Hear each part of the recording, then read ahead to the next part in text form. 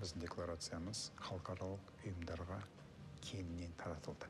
Сондай-ақ съездің декларациясы Біріккен ұлттар ұйымының 77-ші сессиясының ресми документ ретінде тіркеліп, 77-ші сессияға қатысқан бүкіл мемлекеттердің өкілдеріне таратылып берілді. Сондай-ақ біз енді қазір осы съездің идеяларын тарату үшін әлемдік және дәстүрлі діндер үшін бір рухани орталықтарда дөңгелек үстелдер, арнайы жиындар ұйымдастыруды бастап жатырмыз. Биыл және келесі жылы біз енді көптеген осындай арнайы жиындар өткіземіз. Бұл да енді осы съездегі айтылған және Қазақстанда жүзеге асырылып жатқан, басқа мемлекеттерде де жүзеге асырылып жатқан осындай толерантты модельді насихаттау үшін мүмкіндік деп қарастыру керек. Рим папасы Францисктің мессасы да діни форумның мәнін тереңдете түсті. Құлшылық етуге қатысу үшін Қазақстан мен Орталық Азияның түкпір-түкпіріне мыңдаған адам келді. Солардың қатарында әрине Мария Кваша да болды. Ол бұл жолы да аса маңызды оқиғаның бел ортасында жүрді. Осындай бейбіт сүйгіш елдің азаматы ретінде оның бойын мақтаныш сезімі кернеп жүрді. Во-первых, Казахстан это не просто страна в Средней Азии. Бұл жолы да күтпеген оқиға болды. Бір күні маған ұйымдастырушылар қоңырау шалып, Мария, сізге ПТР тест тапсыру керек. Өйткені сіз президент пен Рим папасының кездесуіне қатысасыз дейді. Түсінбей қалдым. Себебі бұл іспен басқа адамдар айналып жатқан. Содан ПТР тесті тапсыра салып, мектептегі сабақты кейінге шегеріп, Қазақстан орталық концерт залына бардым. Президент пен Рим папасына жақын жерде әлемдік діндер көшбасшыларының ортасында отыр.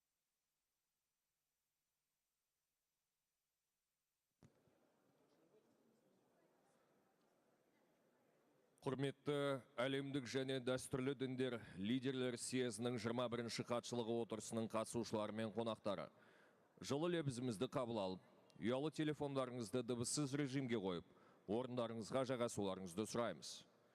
Dear participants and honored guests of the 21st session of the Secretariat of the Congress of Leaders of World and Traditional Religions, we kindly ask you to set your mobile phones to silent mode and take your seats.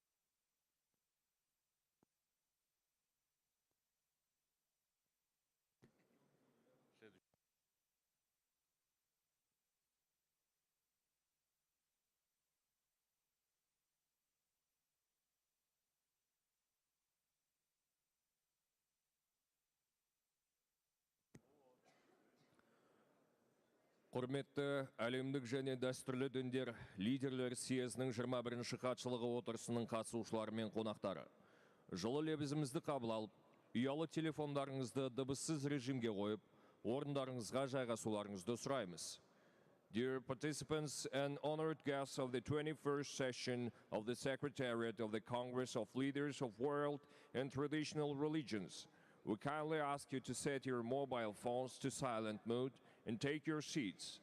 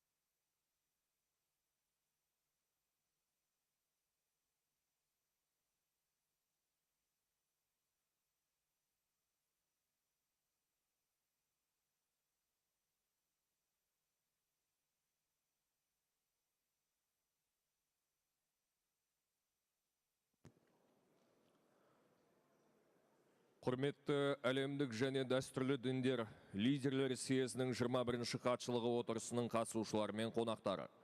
Жылы лебізімізді қабыл алып, ұялы телефондарыңызды дыбыссыз режимге қойып, орындарыңызға жайғасуларыңызды сұраймыз. Dear participants and honored guests of the 21st session of the Secretariat of the Congress of Leaders of World and Traditional Religions, we kindly ask you to set your mobile phones to silent mode and take your seats.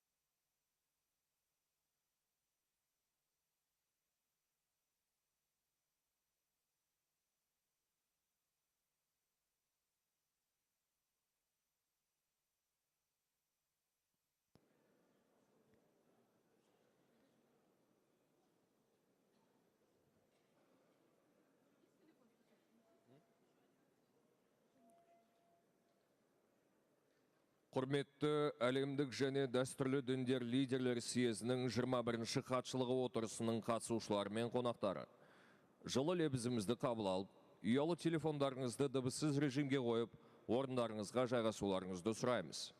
Dear participants and honored guests of the 21st session of the Secretariat of the Congress of Leaders of World and Traditional Religions, we kindly ask you to set your mobile phones to silent mode and take your seats.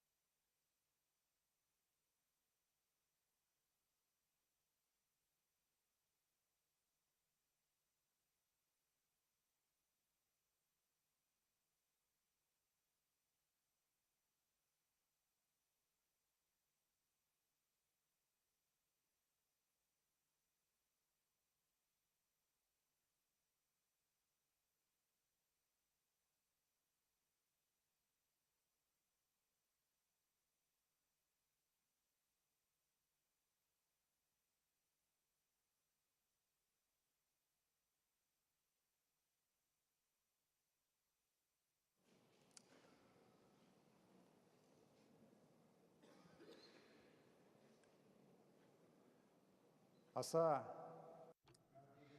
Most honorable religious leaders, Your Excellencies, distinguished participants and guests of the Secretariat, welcome to the 21st meeting of the Secretariat of the Congress of Leaders of World and Traditional Religions. Before starting the work of the Secretariat, I propose, according to the established tradition, to make a silent prayer to increase harmony between peoples and religions and to end conflicts and tensions in the world.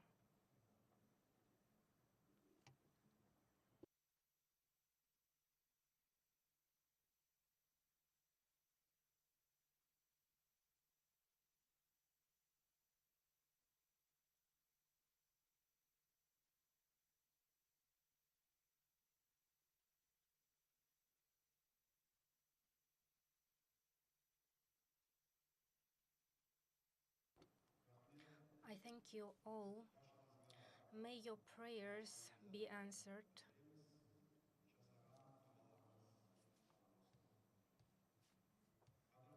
Distinguished guests, today's meeting of the Secretariat coincides with the 20th anniversary of the Congress of Leaders of World and Traditional Religions.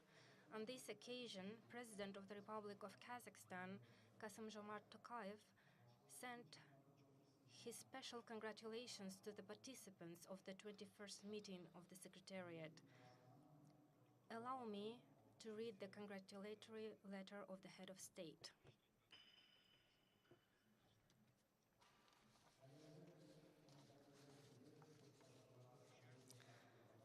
To the distinguished participants of the 21st Secretariat of the Congress of World and Traditional Religions, distinguished participants and guests, I sincerely congratulate you on the opening of the 21st meeting of the Secretariat of the Congress of Leaders of World and Traditional Religions. This year, we celebrate the 20th anniversary of the Congress.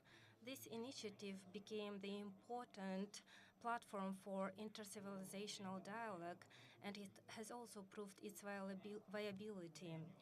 The forum promotes to the peace among religions and contributes to solving many challenges of today's world. And the participants of the forum, religious and spiritual leaders of the world, discuss the global issues during their meetings and share their thoughts on peace and tolerance. Today, the geopolitical situation is complex, and there are many threats arising today. And in this regard, it is important to remember the principles of kindness, fraternity, and responsibility. We also need to contribute to the development of new international security system. For this, we need to establish a global movement which calls for peace. And the religious leaders play an important role in this regard. Spiritual leaders bear great responsibility in solving today's challenges, and that is why we conduct the meetings of the Secretariat. Kazakhstan continues to provide its support to interreligious and intercivilizational cooperation. I would like to thank all the participants of the 21st meeting of the Secretariat of the Congress of Leaders of World and Traditional Religions, President of the Republic of Kazakhstan, Kassym-Jomart Tokayev.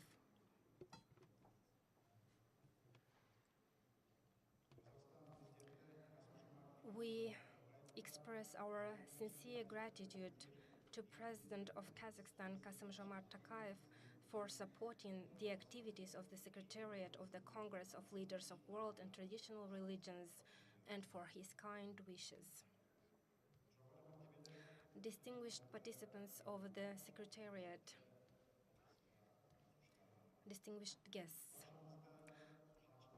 Today, on behalf of the Secretariat, I'd like to congratulate you all with the 20th anniversary of the Congress of Leaders and of World and Traditional Religions. And the forum became the important platform for inter-religious dialogue. It has contributed significantly to glorifying the culture of mutual respect, peace, and harmony. In the past 20 years, leaders of world and traditional religions, public figures, representatives of international organizations have given great support to Kazakhstan's initiative to develop interreligious dialogue. They contributed greatly to the implementation of the mission and objectives of the forum. Therefore, I express our sincere gratitude to all participants of the Congress. Today, meetings of the Secretariat have become an important part of the work of the Congress. Our meetings are always based on the principles of trust and openness. Thus, discussing the most pressing issues in a constructive manner became a good tradition. More than 30 delegations from 24 countries came to Astana to participate in the 21st meeting of the Congress Secretariat. Among them are guests who have participated in previous meetings of the Congress, and as well as those who are visiting the capital of the Kazakh nation for the first time. We are glad to see you all here today. Welcome once again.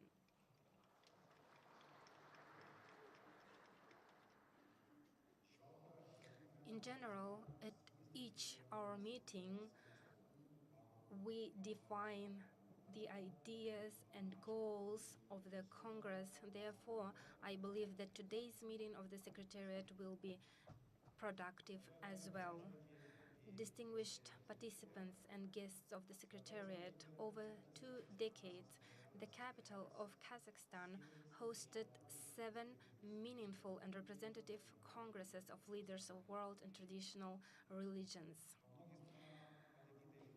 And hundreds of meetings, round tables, and other events were held in many countries under the auspices of the forum. More than 30 cooperation agreements have been signed with various international structures. These are the quantitative results of the activities of the Congress. However, it is more important to remember the quality results achieved thanks to our joint work. Firstly, over the course of 20 years, our Congress has become a unique dialogue platform, uniting top officials and the most authoritative high representatives of all world and traditional religions.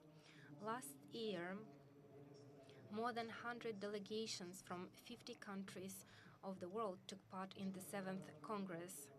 With great gratitude and warmth, we remember the visit to Kazakhstan of Pope Francis, the Supreme Imam of Al-Azhar, Sheikh Ahmed Al-Tayeb, and our distinguished guests from Russia, Israel, China, India, the US, Mongolia, Europe, Central Asia, the Caucasus, and from other regions. The 7th Congress became a global event which attracted the attention of the whole world. Secondly, when we talk about the results of the Congress work, it is important to take into account the history of its origin. 20 years ago, after horrific terrorist attacks in the United States, humanity found itself on the verge of a civilizational split. Convened in response to this threat, the Congress of Spiritual Leaders became one of the first platforms where representatives of Islam, Christianity, Judaism, and other traditional religions met. The peaceful and respectful dialogue among spiritual leaders clearly demonstrated that extremism and terrorism have nothing to do with the true essence of religion. Today, we can say that thanks to the wisdom of the world's religious leaders, at the beginning of the 21st century, humanity avoided the clash of civilizations scenario. The next important outcome of the Congress is a significant contribution to the formation and successful development of global interreligious dialogue. During the first meetings of spiritual leaders in Astana, there were many skeptics. Many didn't believe in the prospects and importance of organizing a dialogue among religious leaders, and they were wrong. Today, interreligious dialogue has become not just a reality, but also an important factor in international relations. A clear confirmation of this is the signing of the document between the Holy See and Al-Azhar al-Sharif, the Meccan Declaration, the opening of the House of the Family of Abraham in the United Arab Emirates, and many other events that unite representatives of different religions and denominations. As the president of our country, Kassym-Jomart Tokayev, noted at the 78th session of the UN General Assembly, Kazakhstan promotes interreligious and interfaith dialogue as integral element of culture of peace. This is our country's contribution to the constructive development of international relations. We especially appreciate the contribution of the Congress into the harmonious development of our own multi-religious society. History has decreed that today Kazakhstan is home to representatives of more than 100 ethnic groups who belong to 18 different religions and denominations. We are sincerely grateful to the participants of the Congress for their continuous support of our efforts to strengthen inter-ethnic and inter-religious harmony in Kazakhstan.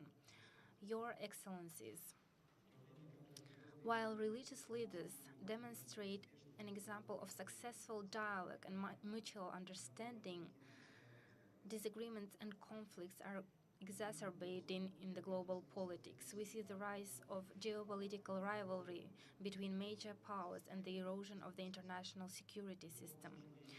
Unfortunately, attempts to stop the bloodshed in Ukraine and other hotspots haven't yet yielded tangible results.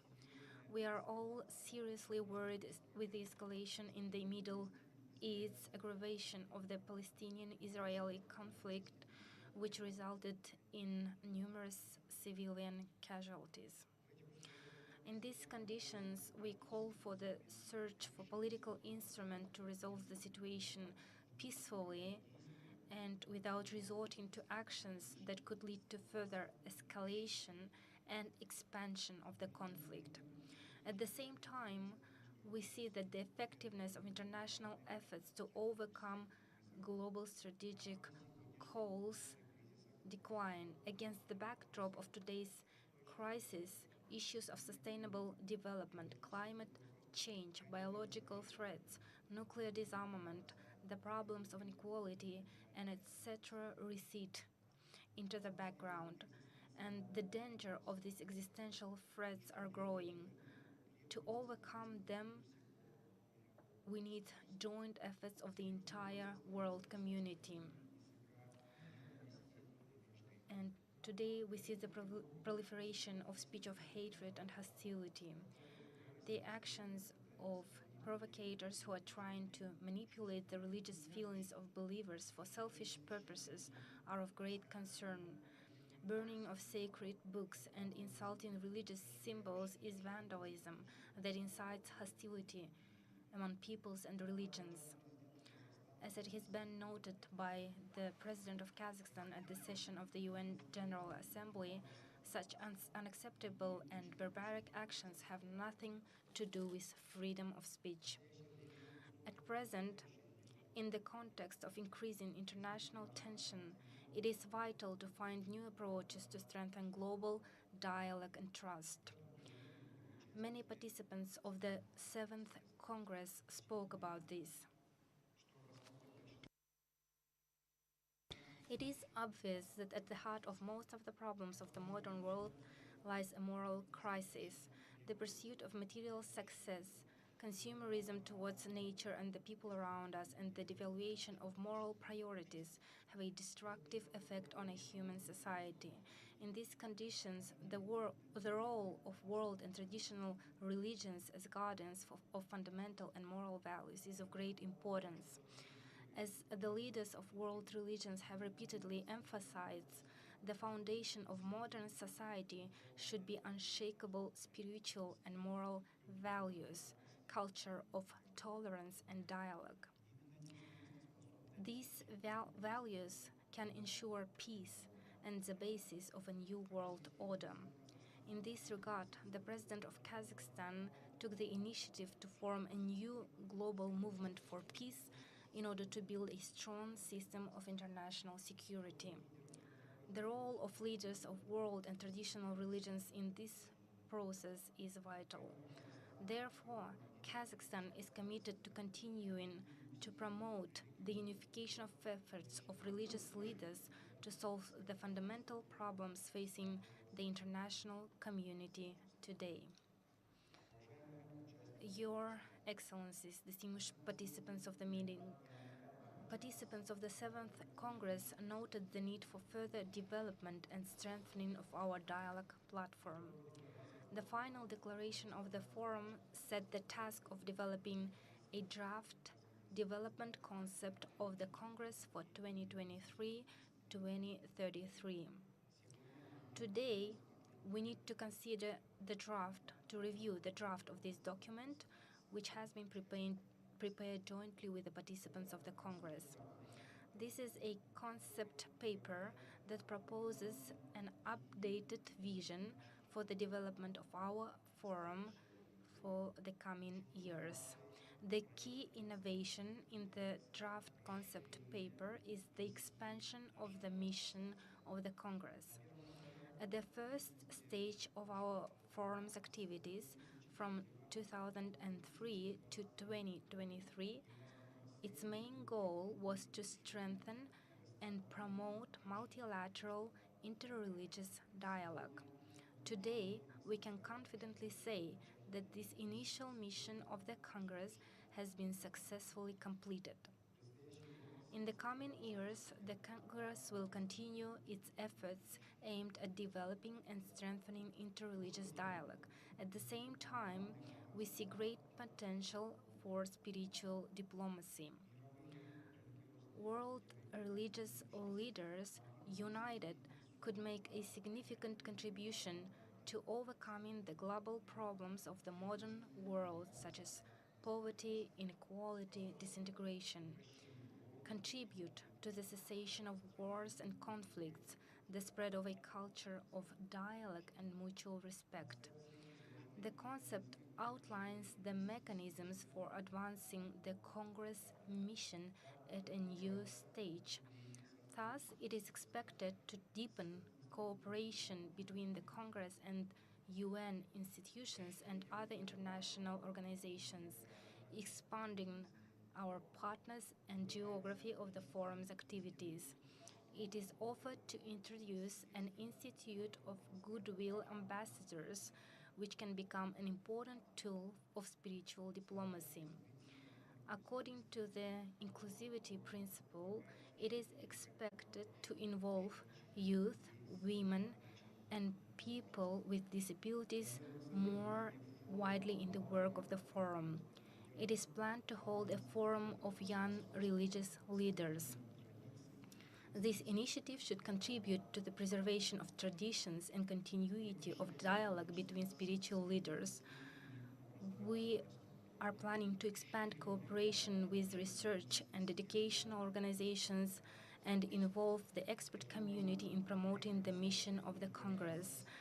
Thus, the draft concept offers a systematic view of the further activities of the Congress. Yesterday, the draft concept was thoroughly discussed at the working group. I hope that this concept paper will be reviewed comprehensively today and supported by the Secretariat meeting. The concept should lay a clear vector for the dynamic and fruitful development of our forum for the coming years. Dear participants and guests of the Secretariat, I am confident that during today's meeting we will have a meaningful and constructive dialogue. We will discuss the results of the past years and we will outline plans for the future. I wish everyone fruitful work.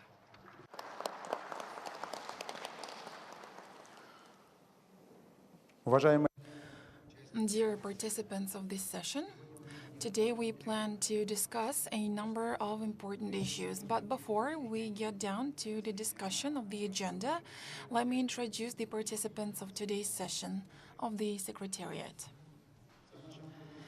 At this round table, we have the Minister of Culture and Information of the Republic of Kazakhstan, Aida Balayeva, First Deputy Minister of Foreign Affairs of the Republic of Kazakhstan, Kairat Umarov, Vice Minister of Culture and Information of the Republic of Kazakhstan, Kanat Iskakov,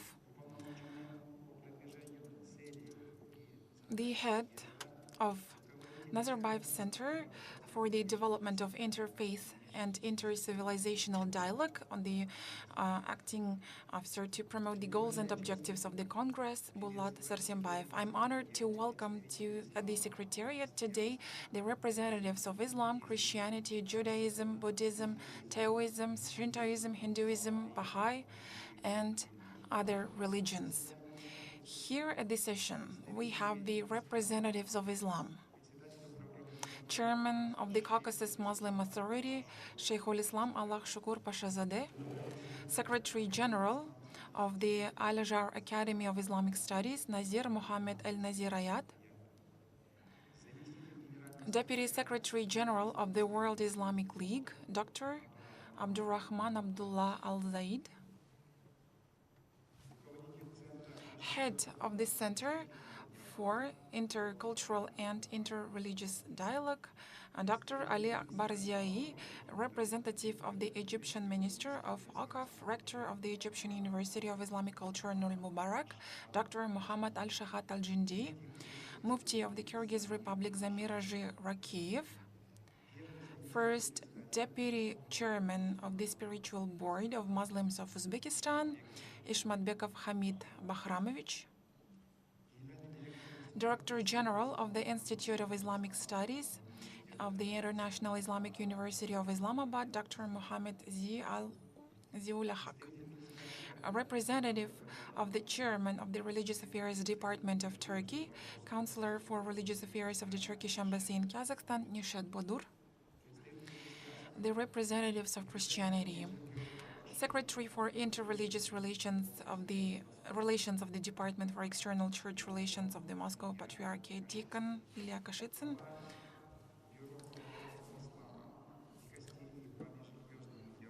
Head of the Holy See Dicastery for Interreligious Dialogues Bureau of Islamic Affairs, Monsignor Khaled Takashi, Deputy Secretary General of the Anglican Communion, Dr. Joe Bailey Wells,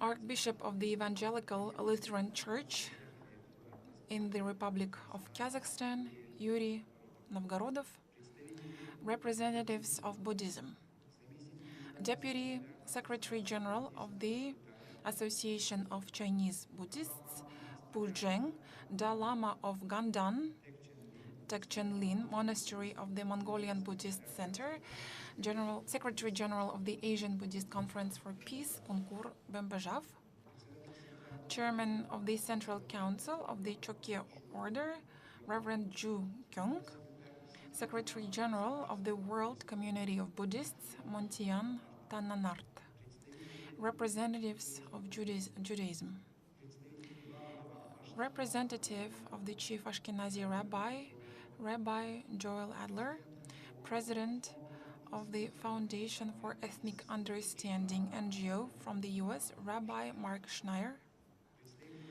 representative of Taoism, the caretaker of the Beijing's Bayungan Temple of the Chinese Taoist Association, Li Xinjun, representative of Shintoism, Director of the External Relations Department of the Jinja Honsho Shinto Shrine Association, Shinsaku Mitsui, representative of Hinduism, President of Somaya Vidavihara University, Head of Hindu Delegation, Samir Shantilal Samaya. We also have the political figures and officials, the chairman of the Board of Trustees of the King Hamad Global Center for Peaceful Coexistence, Sheikh Abdullah bin Ahmad Al Khalifa. Advisor to the Ministry of Islamic Affairs, Call and Guidance of the Kingdom of Saudi Arabia, Mohammed bin Abdul Wahid Al Arifi. Director General of the Ministry of Tolerance and Coexistence of the United Arab Emirates, Afra Mohammed Al Sabri. Representatives of international organizations, Secretary General of the Muslim Council of Elders, Mohammed Abdul Salam. Advisor to the High Representative of the UN Alliance of Civilizations, Anna Pavlyuchenko, representatives of religious associations of Kazakhstan, Chairman of the Spiritual Administration of Muslims of Kazakhstan, Supreme Mufti Norizbay Qazi Taganuli,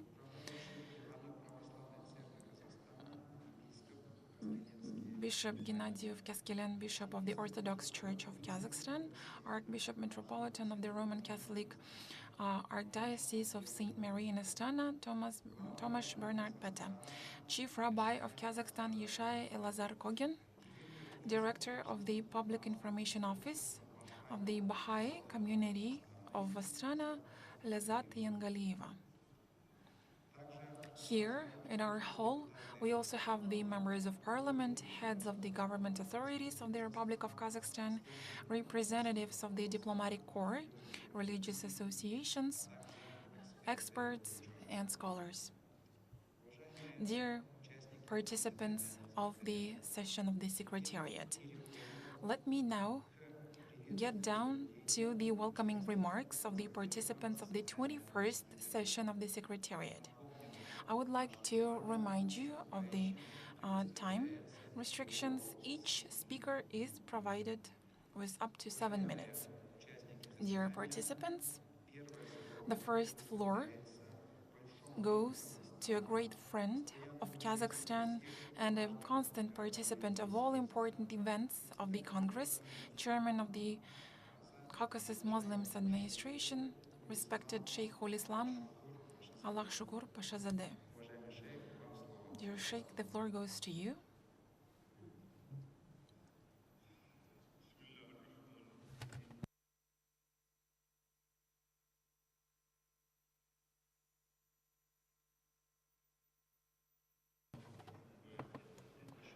Your Excellency, Chairman of the Senate of the Parliament of the Republic of Kazakhstan, Mr. Maulina Shambayev, Venerable Mufti Kazakhstan, dear Minister of Culture and Information of Kazakhstan, dear participants of this session, religious leaders, government and public figures,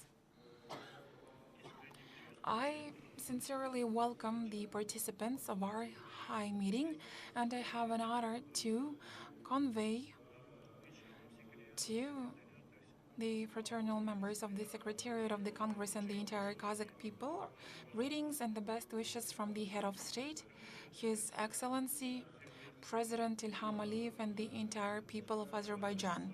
I offer my prayers to the God Almighty to bless our efforts and activities for the benefit of the human race. The Kazakhstani Congress, as a traditional summit platform for meetings of influential religious leaders of the world, is a platform for global inter-religious dialogue that has established its significance at an international level for more than 2 decades.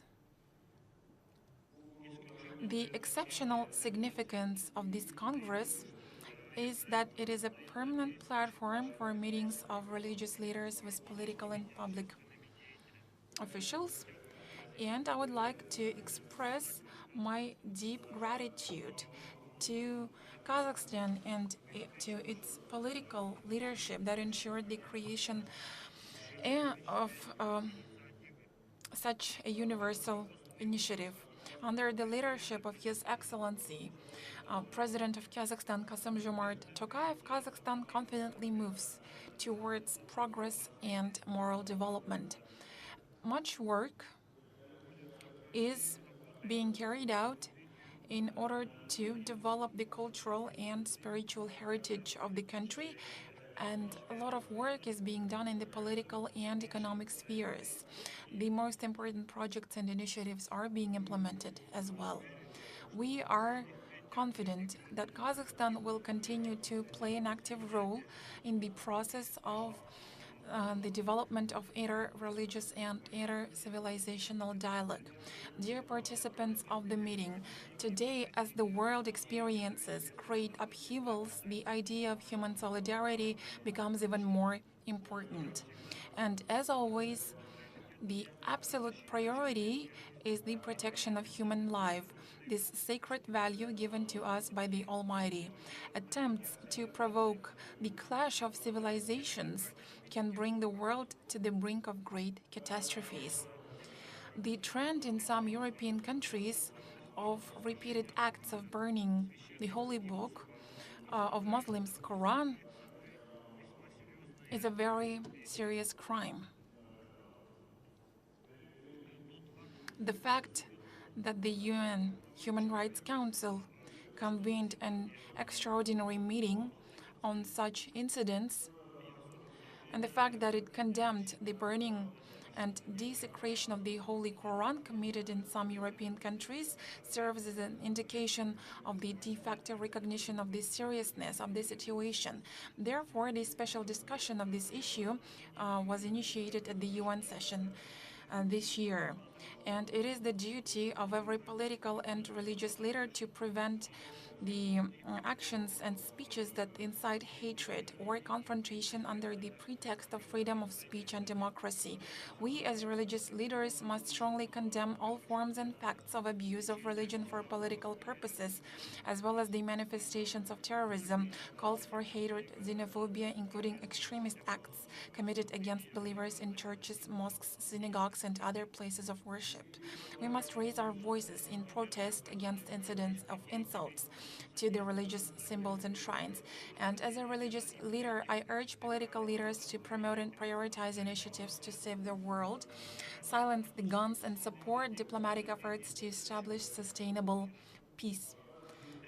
Environmental and war crimes committed in the modern world, rendering fertile lands unusable, destruction of the ecosystem, problems of lack of food and water, all of these problems are at the top of the list of threats to the existence of humanity.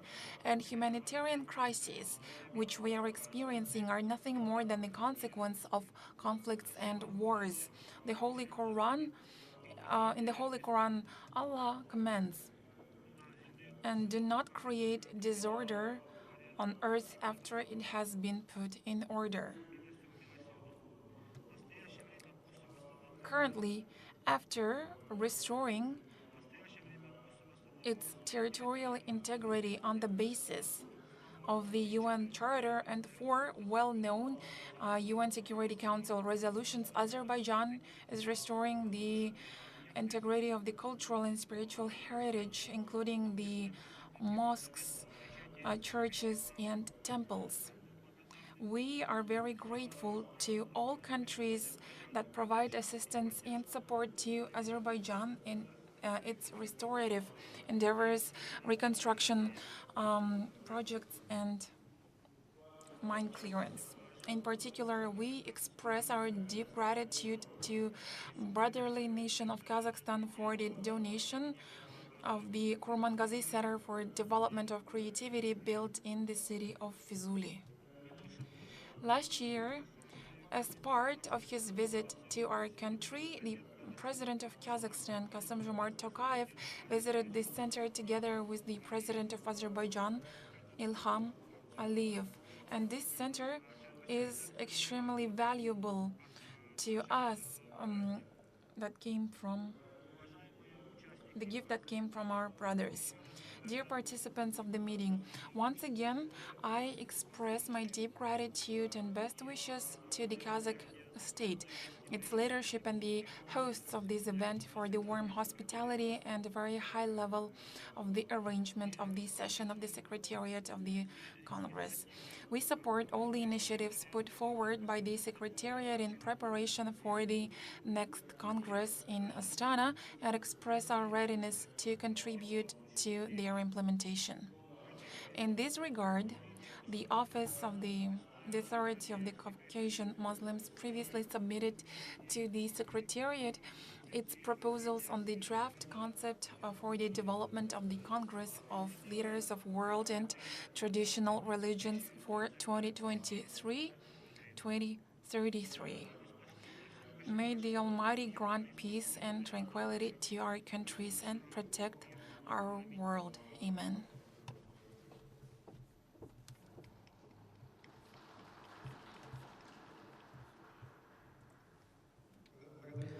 Thank you very much, Sheikh Pashazadeh, for your warm words addressed to Kazakhstan and for your informative statement. We hope that our cooperation will continue to develop fruitfully. Dear participants of this session, I would like to give the floor to the Chief Secretary Nazir Muhammad Al-Nazir Ayat. Bismillahir Rahmanir Rahim.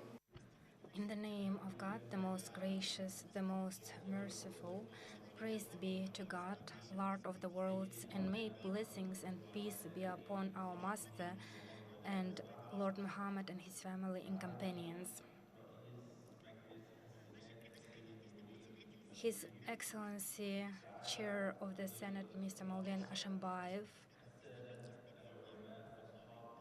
Your Excellency, Minister of Culture and Information, ladies and gentlemen, distinguished participants, may the peace, blessings, and mercy of God be upon you. Firstly, I'd like to extend my sincere gratitude and appreciation to the Republic of Kazakhstan for your kind invitation to Al-Azhar to participate in this important forum, which is being held here today with participations of the religious leaders and is being organized with your efforts in order to promote issues of coexistence and human brotherhood. And I also would like to congratulate you with the 20th anniversary of the Congress of World and Traditional Religions. I am pleased to convey to you all and to the Republic of Kazakhstan particularly sincere greetings of His Eminence, the Grand Imam, Professor Dr. Ahmed Al-Tayeb, Sheikh of Al-Askar. May God protect him. He prays to God Almighty to guide your steps and crown your efforts with good luck and success. We meet here today to develop dialogue between civilizations and religions in modern society. And this is our responsibility. And we understand the role of religious leaders in achieving the principles of coexistence and the goals of sustainable development. We emphasize the importance of this topic, and I'd like to once again state that this is a timely matters which we shall consider, and it wouldn't be an exaggeration to say that this topic shall be a subject for discussion every day, because it's religious institutions jointly with the politicians could contribute into the better world for all. Distinguished participants, you know what is happening in the world today. And and we see conflicts, wars, use of weapons, and this once again shows us that in this era our world needs the voice of wisdom and in for needs call for peace, and through this we could go back to our true path, and we as religious leaders shall spread these ideas,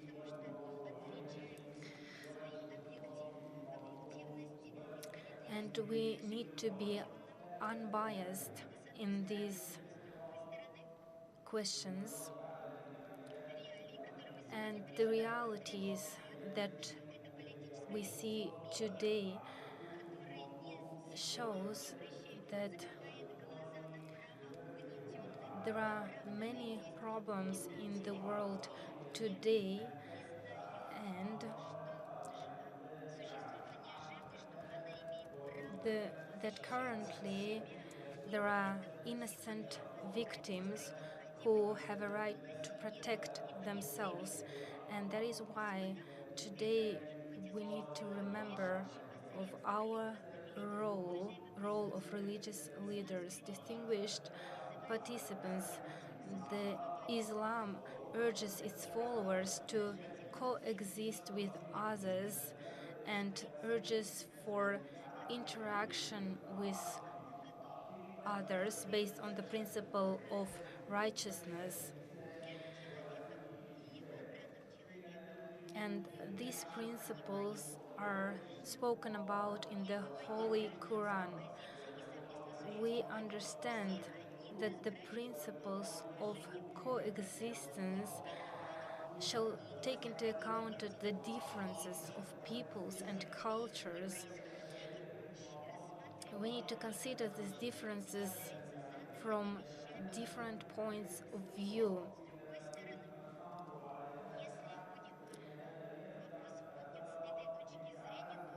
And we need to develop prospects for the cooperation between people. Every nation has the right to have its own culture and its own social, political, and value systems. And continuous dialogue between cultures is what preserves it, ensures its continuous renewal, and consolidates the values of tolerance, mutual respect, and cultural pluralism. Grand Imam Sheikh always emphasizes priority of making peace among scholars of religions. Distinguished participants, allow me to raise several issues today, and we pray to Allah to find answers to these questions, to find answer of the role of the religious institutions, and how to promote values of mutual respect and coexistence among people. And we need to understand the right mechanisms to protect us against discourse of hatred. What are the future prospects and steps that we could make in order to stop wars and conflicts that entail many loss of life? And can we be brave enough to create a culture of peace and step away from the theoretical dimension and make a step towards into practical dimension? And to answer this question, I think that today many people want their rights to be protected. However, it is not always the case in every country.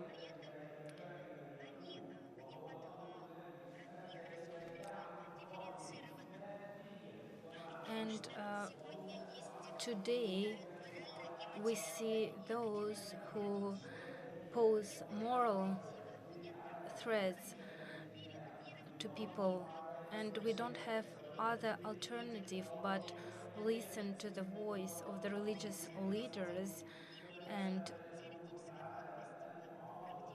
to move from the theoretical dimension into practical. Only through these religions, as it's stated in Quran, we could achieve peace. And distinguished participants of the session of the Congress, we shall remember about the important role of the religion in sustainable development and in some cases, distinguished participants, I'd like to express my sincere gratitude to all those who organized this session of the Congress. First of all, the Republic of Kazakhstan, who supports this culture of interreligious dialogue. And I believe that proposals that we will hear today will promote intercultural understanding, interreligious cooperation, and we believe that we could achieve this through coexistence, through the cooperation of youth, through different platforms and forums, which could be either cultural or scholar. And I believe that we could unite our scholars and political figures in this work as well. And it is our work to spread the great values of human coexistence and peace and achieving joint cooperation. We need to remember about the role of scholars who can also contribute greatly to this objective through their joint research. And we need to build a code for a global citizen which will show the responsibilities of all members of societies. And we also need to create caravans of peace. And in this regard, we once again commend the efforts of the Republic of Kazakhstan. And these caravans of peace could join youth who believe in pluralism and in freedom of religion, and those who could aim to united coexistence. And it is a great honor for me to participate in this forum with you here today, with scholars, religious leaders, political figures, and others. And I bless your efforts in this direction, and I believe that we will have many other meetings on our path to achieve our high goals. And we pray for justice. And once again, allow me to convey you the greetings of a Grand Imam of Al-Azhar. Thank you.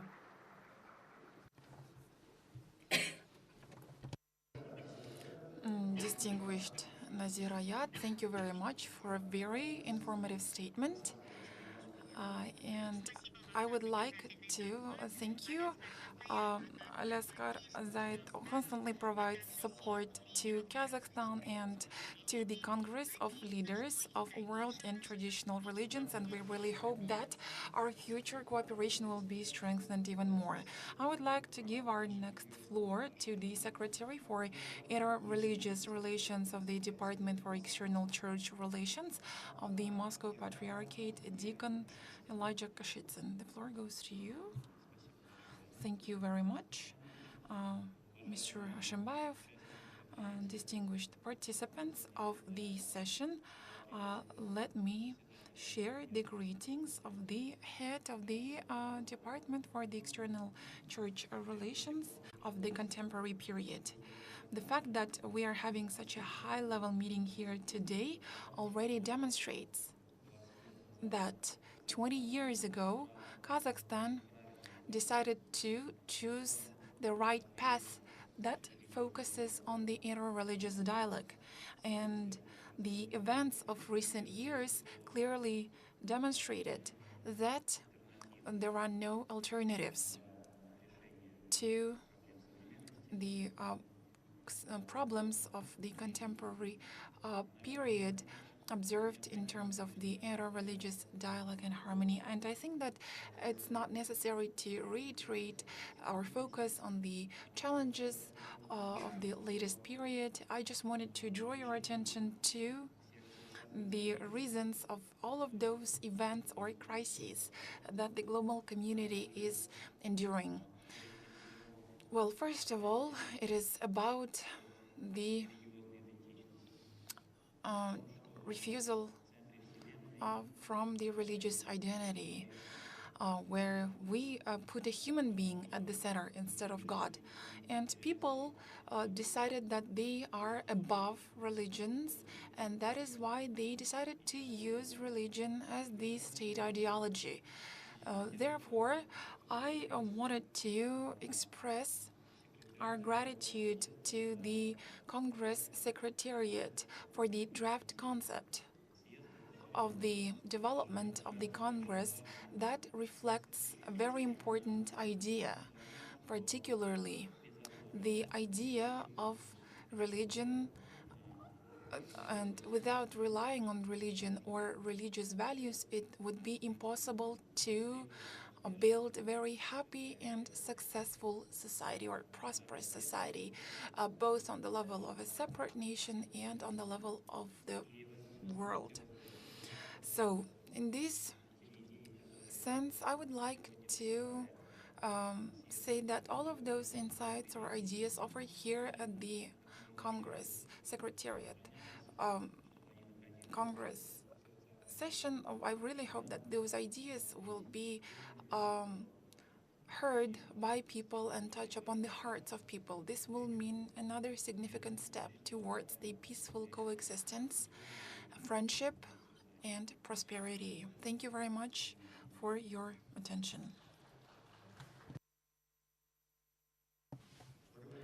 Thank you very much, Father Elijah, for your kind, welcoming remarks. We are very grateful to the Russian Orthodox Church for its active support of our Congress from the first days of its work. Now I would like to give the floor to Reverend Monsignor Khaled Akashe, the Bureau Chief for Islam of the Dicastery for Interreligious Dialogue of the Holy See. Monsignor, please. The floor is yours.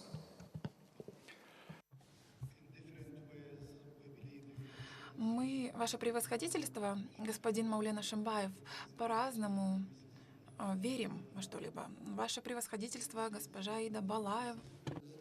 That the Almighty has created the universe and the one human family, and that in His providential bounty, He continues to take care of us in ways that remain at least partly mysterious for us. So I thank Him, and if you allow me also in your names, not only for bringing us together another time, but also for the marvelous 20 years journey of the Congress of Leaders of World and Traditional Religions. No doubt that the Congress is a unique platform, not only for religious leaders, but also for political leaders, intellectuals, media actors, providing suitable and friendly space for promoting the culture of dialogue, encounter, and fraternity. Allow me two personal considerations. The first, I have been privileged to be part of this beautiful adventure since its beginning, observing its growth and growing with it as well.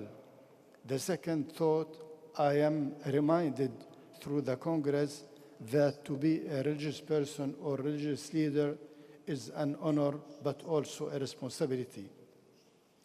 I thought it opportune to concentrate my considerations on a special event that took place during the 20 years life of the Congress, the visit of Pope Francis to Kazakhstan and his participation in the Congress, in the 7th Congress. His Holiness pronounced two discourses that interest us in a special manner. The first, during the meeting with the authorities, civil society, and the diplomatic corps. The second, at the reading of the final declaration and conclusion of the Congress.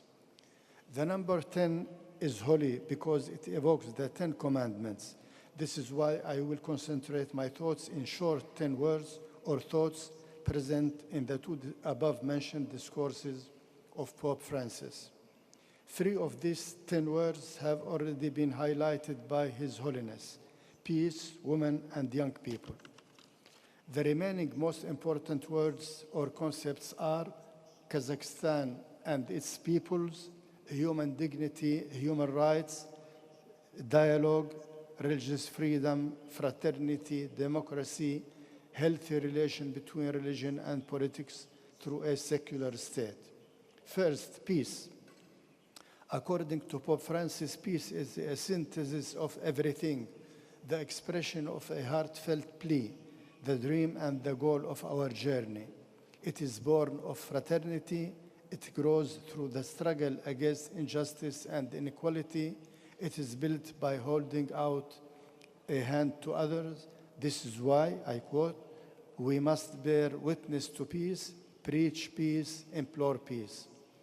Second, women. His Holiness affirms that our quest for peace must increasingly involve women. But why? Because women bestow care and life upon the world. They are themselves a path towards peace. So women should be increasingly respected, acknowledged, and involved. Third, young people. Young people, according to Pope Francis, messengers of peace and unity in the present and in the future, more than anyone else. They call for peace and respect for the common home of creation. They rightly reject attitudes of domination and exploitation, the hoarding of resources, nationalism, war, and carving out spheres of influence, as well as a world that has no room for their hopes and dreams. Besides, they should not be educated to harsh and repressive forms of religion that belong to the past, not to the future. 4, Kazakhstan and the Kazakh people. Pope Francis mentioned either Kazakhstan or its inhabitants 20 times. Kazakhstan, he said, a land vast and ancient, being at the heart of the great and pivotal continent of Asia, it is for religious leaders a natural place to meet.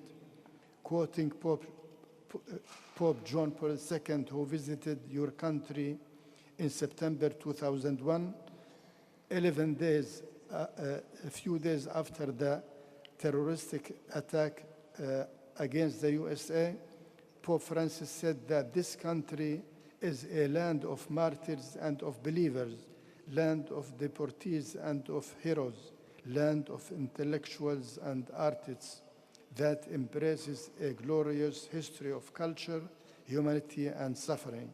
Yet you Kazakhs did not let yourselves remain prisoners of these past injustices, but choose to have a deep concern for inclusion. 5, human dignity, human rights. when the Pope referred to the suffering endured by the people of Kazakhstan, he expressed the hope that the memory of the sufferings and trials endured be an indispensable part of your journey towards the future, inspiring you to give absolute priority to human dignity, the dignity of every man and woman, and of every ethnic, social, and religious group. Let us listen to these inspiring words of Pope Francis about every person and about the human family. In their absolute uniqueness, if they are in contact with the divine, every man and woman can radiate a special light in our world. For this reason, the Catholic Church, which tirelessly proclaims the inviolable dignity of each person created in the image of God, also believes in the unity of the human family. 6. Fraternal and open dialogue. Pope Francis affirmed that he came to Kazakhstan as a pilgrim of peace, seeking dialogue and unity. His Holiness addressed interreligious dialogue, but also dialogue as necessary instrument for peace between countries to avoid unrest and conflicts and favor understanding and strengthen multilateralism. In this context, the Pope praised Kazakhstan for having renounced nuclear weapons, for its efforts to develop opportune energy and environmental politics, and for promoting interreligious dialogue. Freedom of religion or belief. Transcendence is among, I quote, the highest human aspirations. Religions are carrying out an irrepressible role, seeking and witnessing to the absolute. Religions, therefore, cannot be excluded from the public life and relegated solely to the private sphere. Religious freedom should never be a mere abstraction, but a concrete right. Fraternity. Christians of the Middle East, when speaking of Muslims, say our Muslim brothers. This does not exclude women, obviously. And in the same time, when Muslims speak of Christians, they say the same. However, the fraternity is universal, extending to believers and non-believers alike. The document on human fraternity by Pope Francis and the Grand Imam gave a boost to this fundamental concept. Democracy. Democracy, I quote, constitutes the most suitable form for translating power into service to the entire people. In this regard, Pope Francis said that he was aware of the process of democratization in Kazakhstan that has been initiated, aiming in particular at a greater distribution of power. 10. Healthy relation between religion and politics through a secular state. The secularity of the state is a political issue of utmost importance for all. The necessity is obviously for a healthy secularity, one that acknowledges the important and indispensable role of religion and at the same time resists the forms of extremism that disfigure it. Such secularity represents an essential condition for the equality to Kazakhstan, the country of encounter. Thank you, Mr. Chairman. Thank you all. Thank you very much, Monsignor, for warm words about Kazakhstan and our Congress. We highly appreciate the contribution of the Catholic Church and Pope Francis to the Congress development and success. We are also very grateful to you personally, Monsignor, for your active and continued support of our forum. Thank you. Distinguished members and participants of this session of the Secretariat, the next floor will go to the Deputy Secretary General of the World Islamic League, Dr. Abdurrahman Abdullah Al-Zaid. السلام عليكم ورحمة الله وبركاته. بسم الله الرحمن الرحيم. الحمد لله رب العالمين، والصلاة والسلام على سيدنا ونبينا محمد وعلى إخوانه أنبياء الله ورسله أجمعين وعلى آل رسولنا الكريم.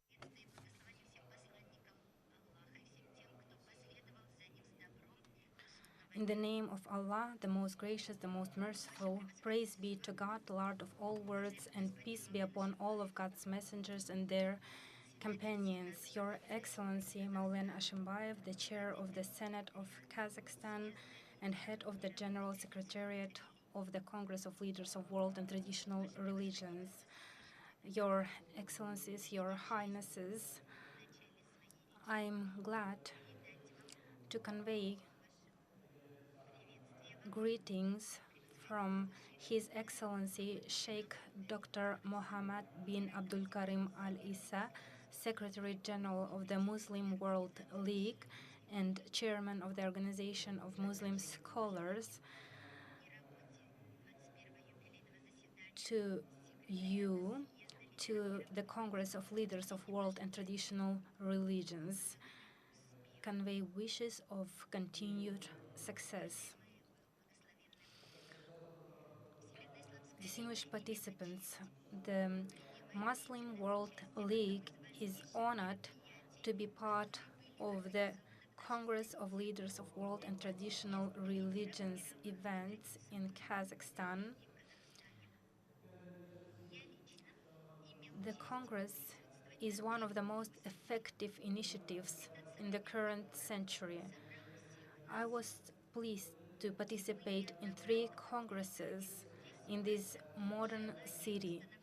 Over and over, we acknowledged to take care of global peace along with our aspirations to achieving social harmony that can resolve our deep-rooted conflicts and strengthen our shared human values in the form of innovative projects that can approach our visions and attitudes toward current situations.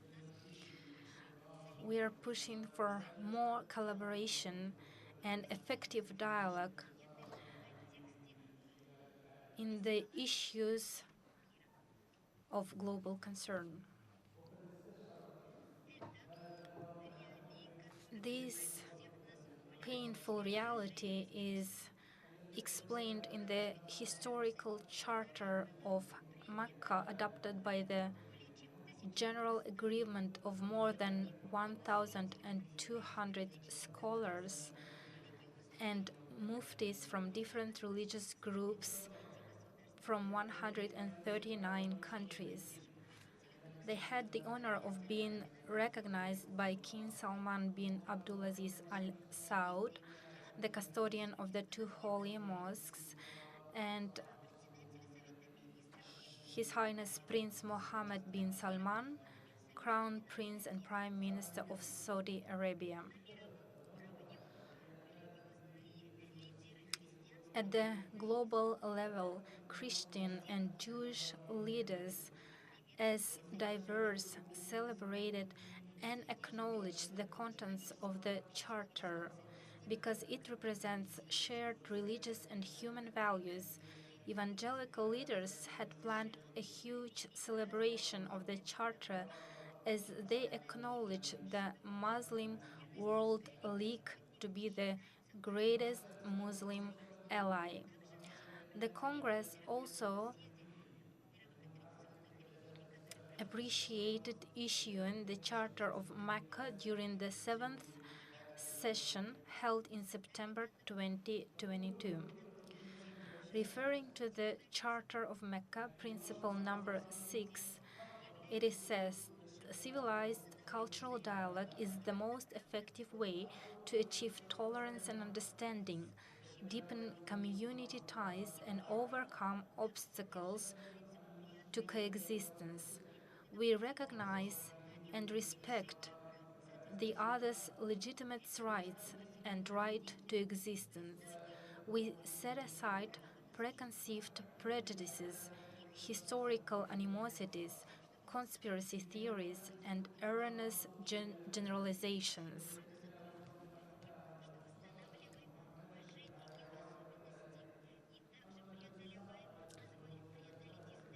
This will allow us to overcome the challenges that, as I mentioned, we face today. Dear participants, we need first to collaborate in advocacy, aiming to end global issues through human values, hard work, and we need to get rid the world of its tragedies, especially the Ukraine war that is probably on the verge of a new world war. Thereby, it might invest our humanity and affect world destinies as we hear the threat to use nuclear weapons to repeat an unforgettable, awful incident. The Muslim World League called to end devastating wars. We call on states to eliminate nuclear weapons, following this example of the Republic of Kazakhstan, which has chosen dialogue and understanding to resolve conflicts.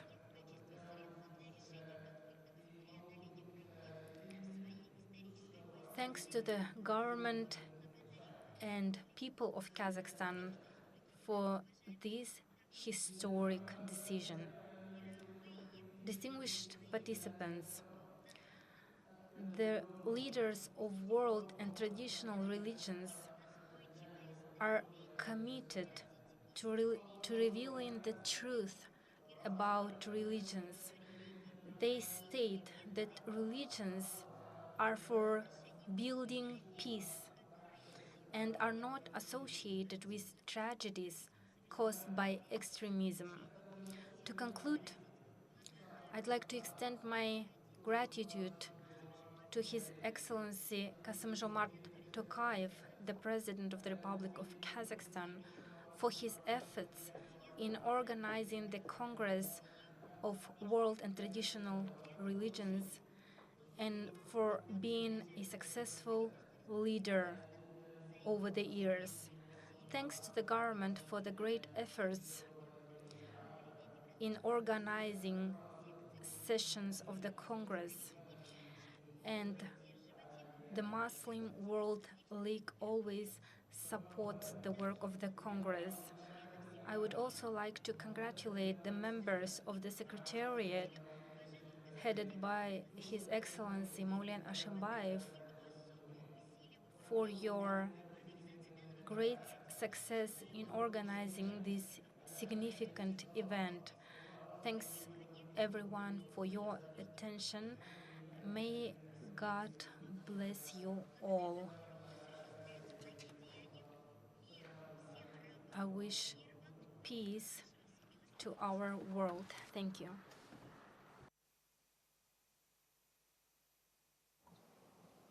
Rahmet. Thank you very much, distinguished Dr. Al-Zaid.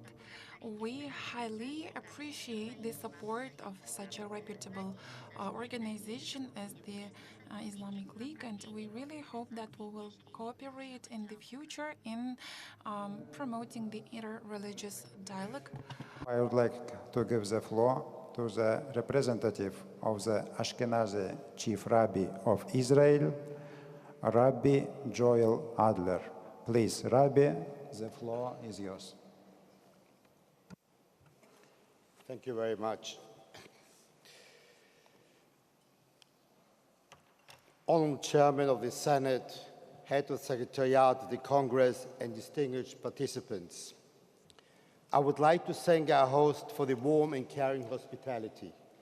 Each time that I've been here, and I'm here for the second time, it deeply impresses me, and I'm grateful for making the Congress such an enjoyable and memorable event.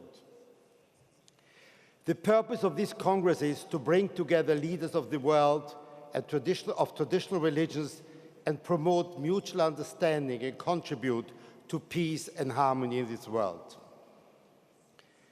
I'm speaking to you with a broken heart and tears in my eyes, thinking of the 1,000 funerals which are taking place these days in Israel of innocent men and women, children and infants, innocent victims of abhorrent acts of terror.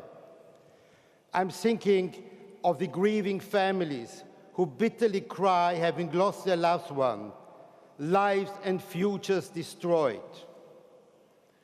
I'm thinking of the suffering of the hostages and of the many thousand injured and their families. It truly breaks my heart. I came here from Jerusalem, the holy city of so many religions. Jerusalem, the city whose name includes Salem, Shalom, peace. I was in Jerusalem to celebrate the Jewish high holidays. And I want to tell you about my personal experience on the very last days of those festivals.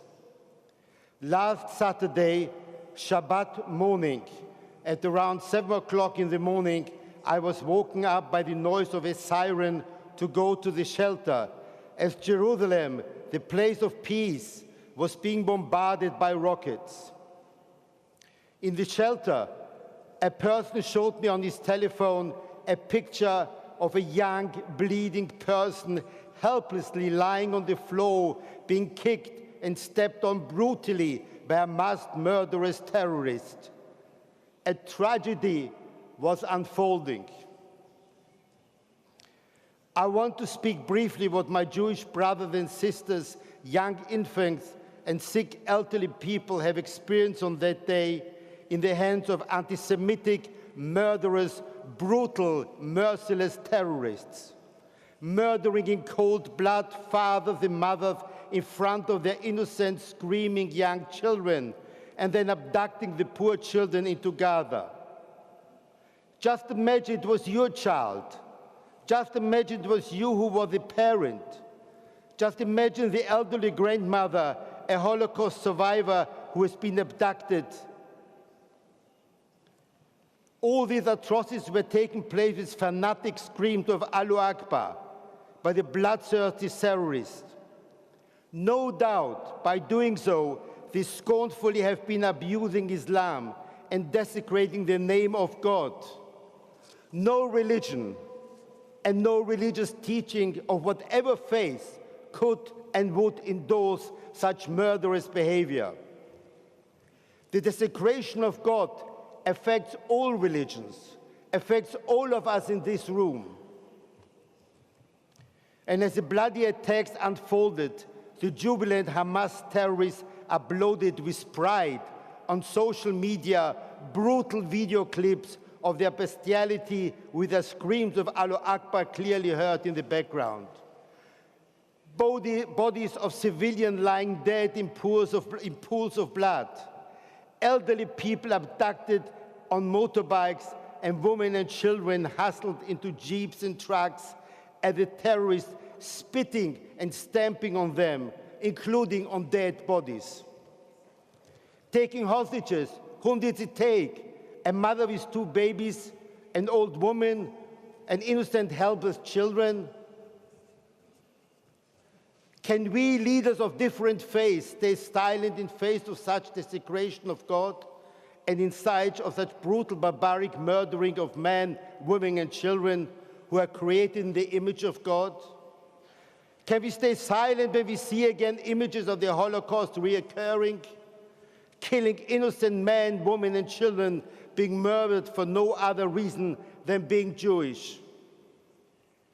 Can we give up our belief that man is created in God's image to emulate him in mercy and love? Are we not all sharing this belief? Yes, of course we do. That is not about politics, but about humanity, about preserving basic humanity, morality, and tolerance. Silence would be a form of approval. Mankind cannot afford to tolerate this. Leaders of religions, our duties as spiritual leaders is to ensure that morality, dignity, and humanity do not die. We cannot and must not tolerate such brutality in silence. We must not stay silent when such evil is committed, killing in the name of God of Chaim, the God of life. We can tolerate hating in the name of God, the God of Ahava, the God of love, and practicing cruelty in the name of God of Rachamim, the God of compassion. Please join me in strong worded condemnation at this Congress. I mentioned in my opening words our Jewish festivals, and I would like to conclude with some lessons to take away relating to those days. We commence our festivals with Rosh Hashanah, our New Year. We celebrate it in the synagogue, praying for all mankind, all what God has created in this world. Our prayers are focused on the universe, prayers for all the nations and people and creations. We Jewish people recognize that we are vitally concerned with the problems affecting the common destiny of man. We are charged with the responsibility of promoting progress in all fields, ethical, social, scientific, and economic. If not for these tragic events, I would have addressed the conference on ethics related to technology and environment and the role of religion. The theme of universalism and responsibility is again repeated in the penultimate festival of Sukkot. According to our tradition, at the time of the temple, special sacrifices and prayers were made for all and every nation in the world. Again, showing our commitment to overall progress and well-being to all. The final last leg of our series of festivals takes a more personal, private character. Each religion has its own intimate relationship and commitment to God, its own practices and its own rituals. So do we. We particularly emphasize our commitment, love, and relationship to God in celebrating the Torah, the Bible. We are joyfully dancing and singing with Torah scrolls. The Torah teaches us that man was created in the image of God. We and all mankind are entrusted by God to lead the world by imitatio Dei, emulating his mercy, emulate his love to all, and at the same time forcefully defending morality and humanity and values as stipulated in the Torah. Torah is a book of codex and commands, humanity, morality, guidance, and love to man, with particular emphasis on love and tolerance to the stranger. It is ironical and maybe very tragical that these beasts of merciless terrorists should attack us on the very day when we are celebrating the Torah.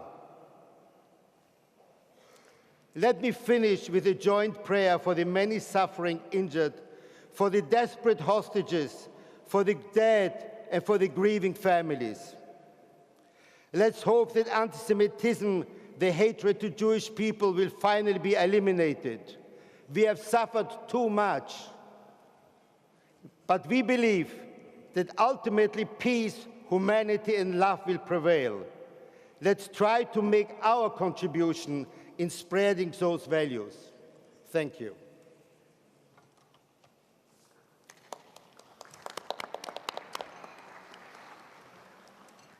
Thank you, Rabbi. We all understand your pain, your feelings. We all pray for peace in the Middle East. And of course, what we are seeing in the Middle East, it's a great tragedy. And we hope that political solution to that bloody and long-lasting conflict will be found as soon as possible. We wish peace, stability to people of Israel and Palestine. Уважаемые участники, Dear participants of this session, I would like to give our next floor to the Deputy Secretary General of the Association of Chinese Buddhists of distinguished Pu Zhen. The floor goes to you.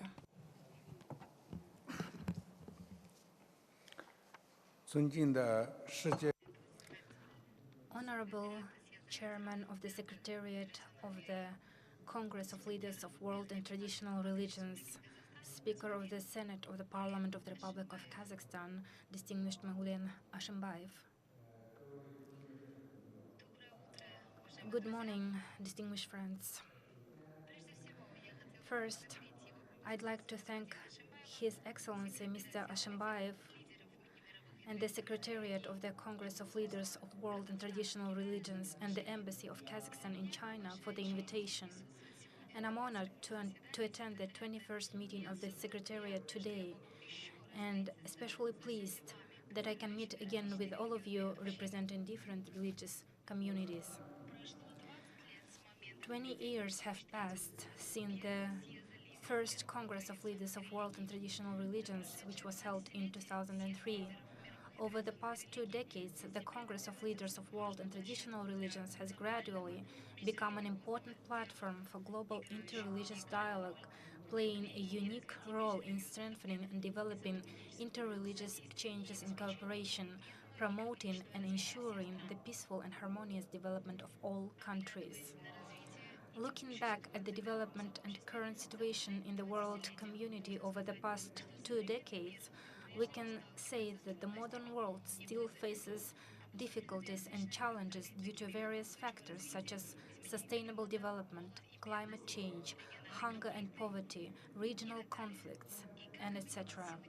And how to unite the forces of humanity throughout the world to properly solve the various problems faced by the modern society, and how to build a world with a common destiny becomes one of the main questions regarding the future destiny of mankind.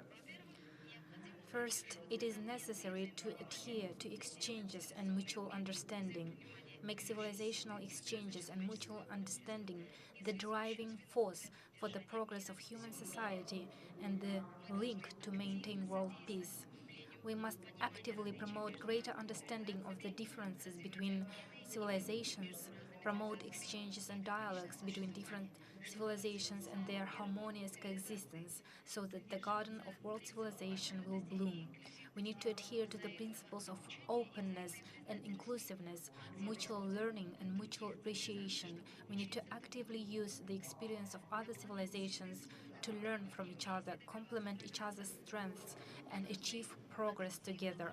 We must actively build consensus on the values of people of different nationalities, ethnic backgrounds, beliefs, cultures, and regions.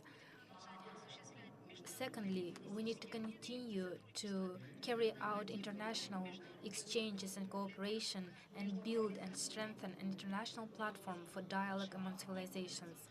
People are the best conductor of civilizational exchanges and mutual understanding, and expanding humanistic exchanges and mutual understanding is an important way to remove barriers, achieve consensus, and develop mutual understanding and communication among people. We must actively explore the possibilities of creating a global network of dialogue and cooperation among civilizations, enrich the content of exchanges, expand channels of cooperation, carry out a wide range of cross-border, interreligious, and intercivilization exchanges and activities, create a platform and conditions for equal dialogue, exchange, and mutual understanding, to create a new context for humanistic exchanges, cultural mixing, and mutual understanding between people from all countries of the world. 每个宗派都凝聚着其独有的非。Thus, each civilization has its own peculiarities. We understand it. We know that the Secretariat is a great platform for equal dialogue, exchange, and mutual understanding.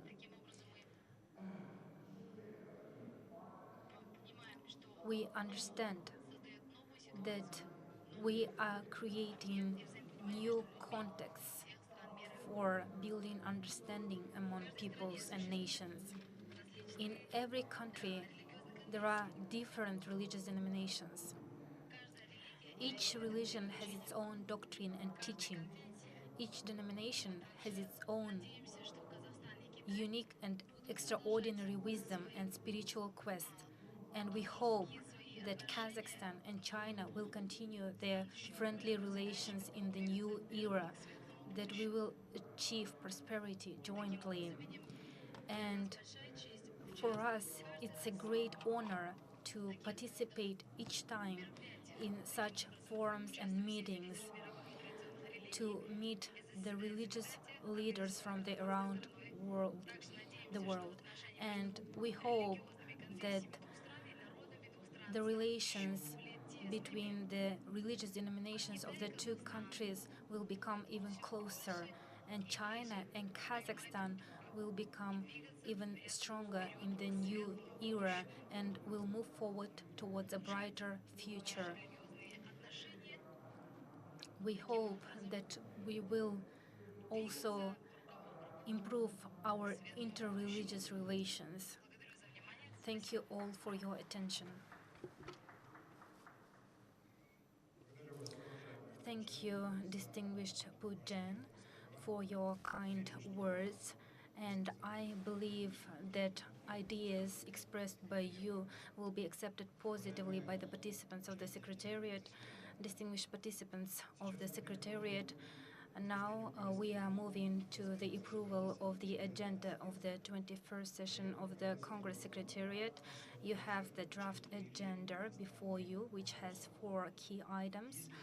If there are no Are there any objections on the agenda? If there are no objections, then we approve it. Thank you. The first item of today's agenda is discussion on promoting ideas and the declaration of the 7th Congress of the Leaders of World and Traditional Religions. And I'd like to give the floor in this regard to the Minister of Culture and Information of the Republic of Kazakhstan, Madam Aida Balayeva. Please, the floor is yours. Distinguished Mr. Ashambayev, dear participants of the 21st session of the Secretariat of the Congress, I'm very pleased to welcome you and express confidence in successful work and adoption of important decisions on the agenda of the Secretariat. Most of you have been associated with the activities of the Congress of Leaders of World and Traditional Religions for 20 years. And you are its participants and witnesses to the formation of the Secretariat. We highly regard your participation at today's session, and it serves as an expression of your great support for the Congress. And thanks to your significant and responsible contribution, the authority and influence of the Congress is strengthened. The 21st session of the Secretariat of the Congress is taking place during a very difficult period. And I would like to mention that at each stage of its development, the Congress put forward new ideas and initiatives that were reflected in the final documents in the Interreligious Summit declarations and addresses to peoples, nations, and governments of the world. This initiative provides a significance to the work, and I would like to mention the declaration of the previous Congress that was spread out as the official document of the 77th UN General Assembly. It is unique, and the declaration, consisting of 35 points, contains the main message provisions stating that the Congress of the Leaders of World and Traditional Religions shall continue its permanent activities for the benefit of peace and dialogues between religions, cultures, and civilizations.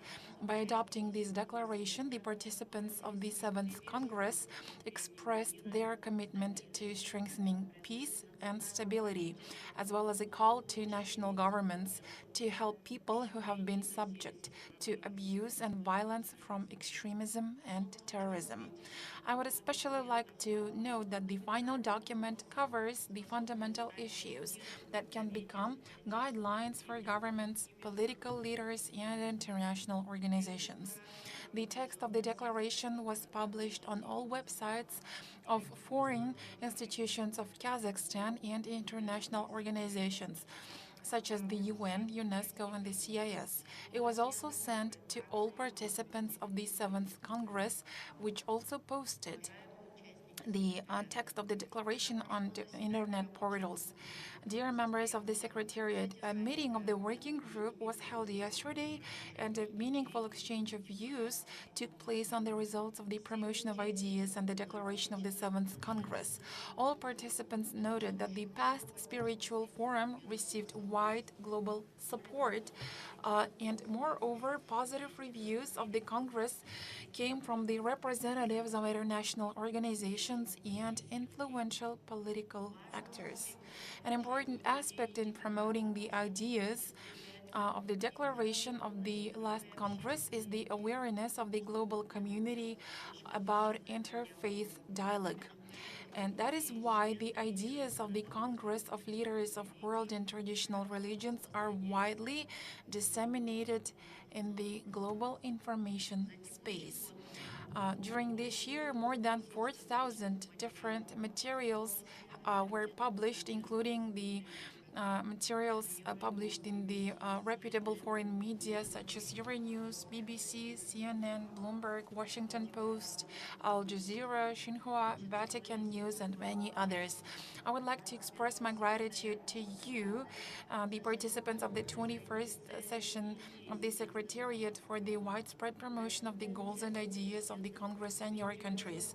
As active participants in the Congress, you have extensive experience, and you witnessed the dialogue platforms that took place over the past year, and they contributed to the development of peace and harmony in the world society.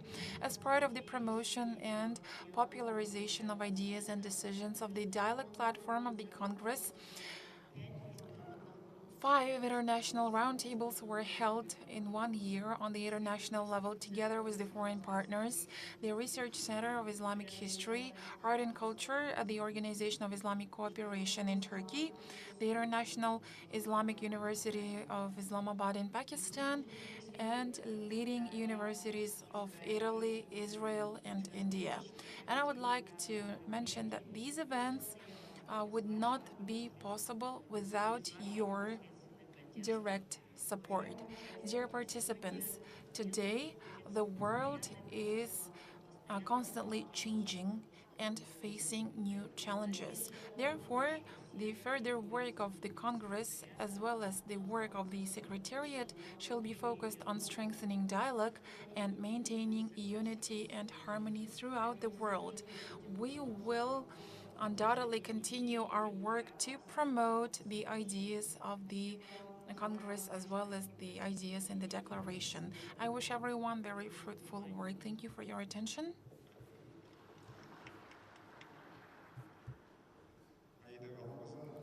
Aida, thank you very much for your statement.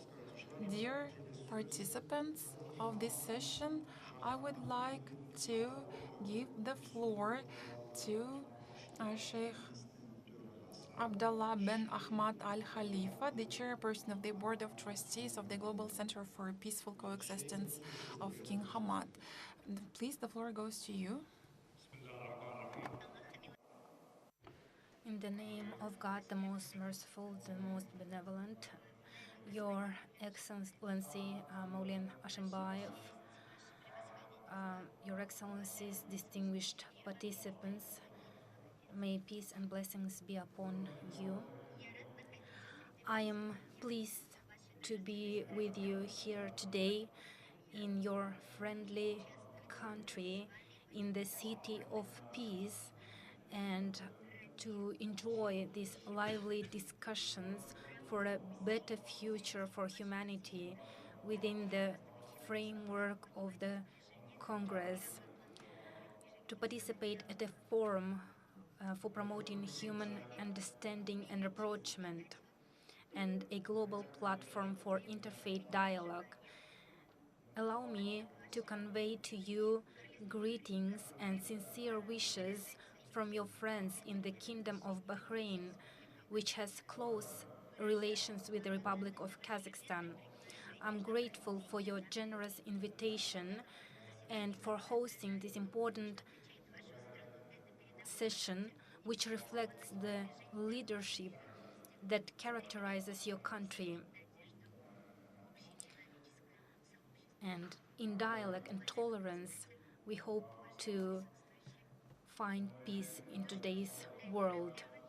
Your Excellencies, the complexity of the issues and problems plaguing the world is an ongoing crisis of confidence, and it accompanies the calls for intolerance, hatred, and undermines serious efforts to address these challenges. There is no doubt that this gathering, in the spirit of cooperation and solidarity, confirms that the world hasn't lost its path and that there is an opportunity to overcome differences and to enjoy security and prosperity. Tolerance makes peace possible, and it is the responsibility of religious leaders and preachers of every religion and belief to employ religious discourse in order to spread a culture of mutual respect and to build bridges of communication. Faith is the constant source that gives us the strength to face difficulties in all aspects of our lives. If religions preach compassion, sympathy, and equality, then religious and cultural difference never justify aggression, but rather leads to coexistence, communication, fellowship. This truth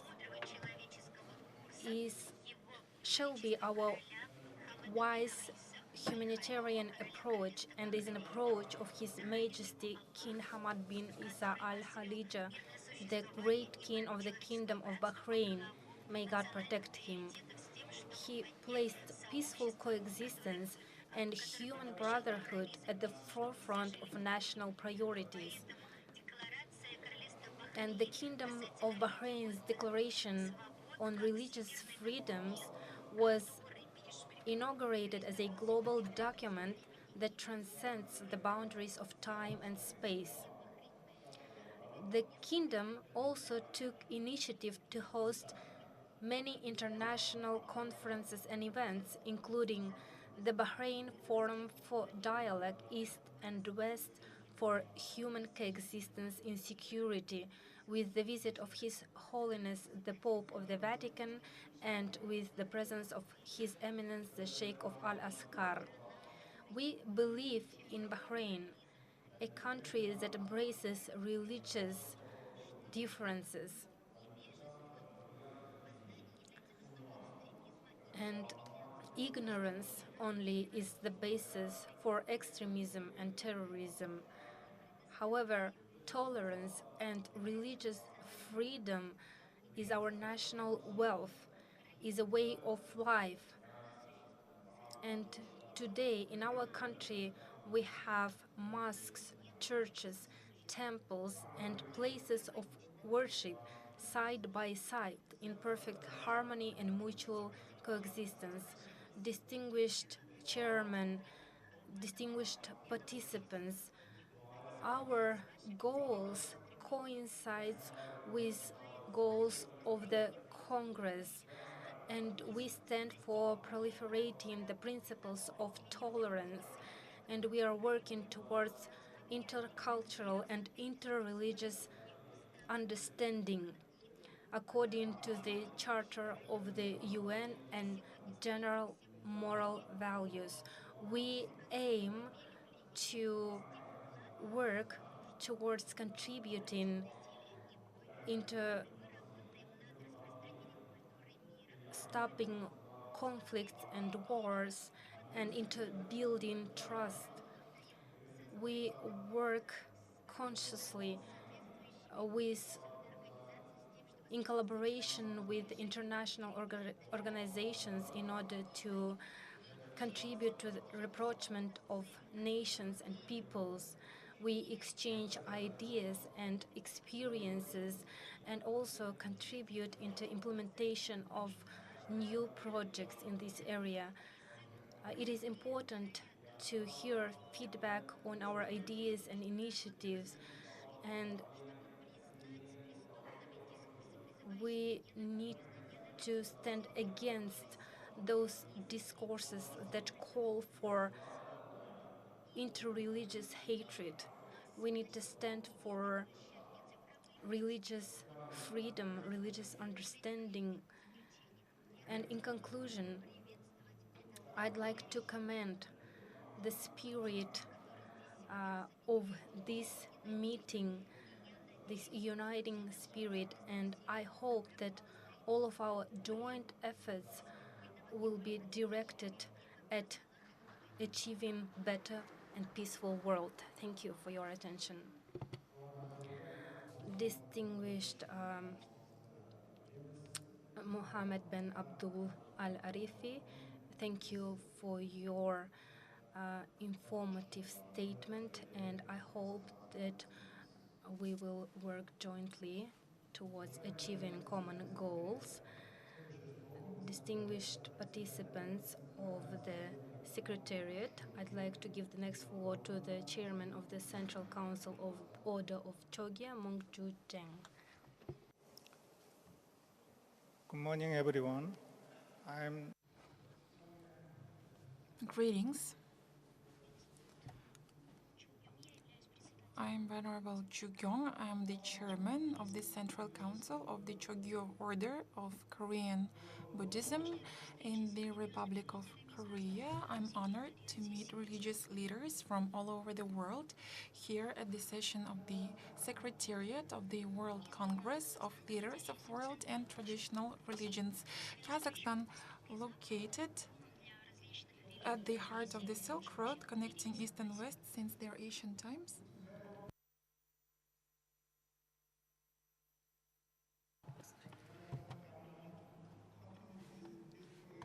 Tradition by hosting this first World Congress of Leaders of World and Traditional Religions in 2003.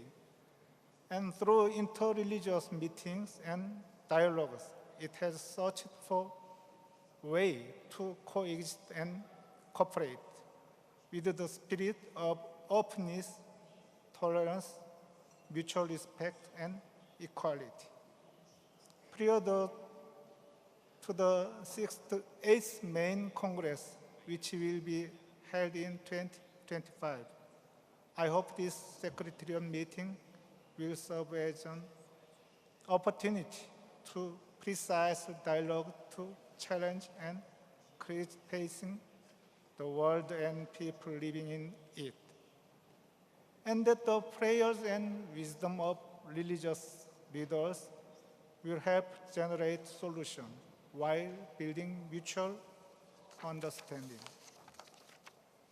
From the Buddhist perspective, the world we live in today is clearly experiencing the consequence of our collective karma. Technological advancements have brought us a variety of benefits, but just as there is a shadow behind the light, the shadow of inequality has deepened. Human, racial, and national selfishness, deeply rooted in the greed, anger, and delusion, has caused ceaseless famine, terrorism, and war, and turned many people into refugees.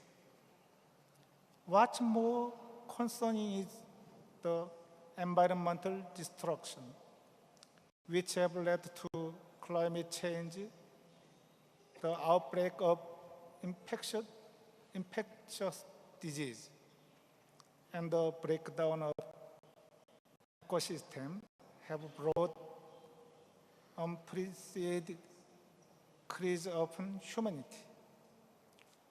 We must realize that all these current and future disasters are driven by the poison of our mind, and deeply contemplate our roles as religious leaders in addressing these issues.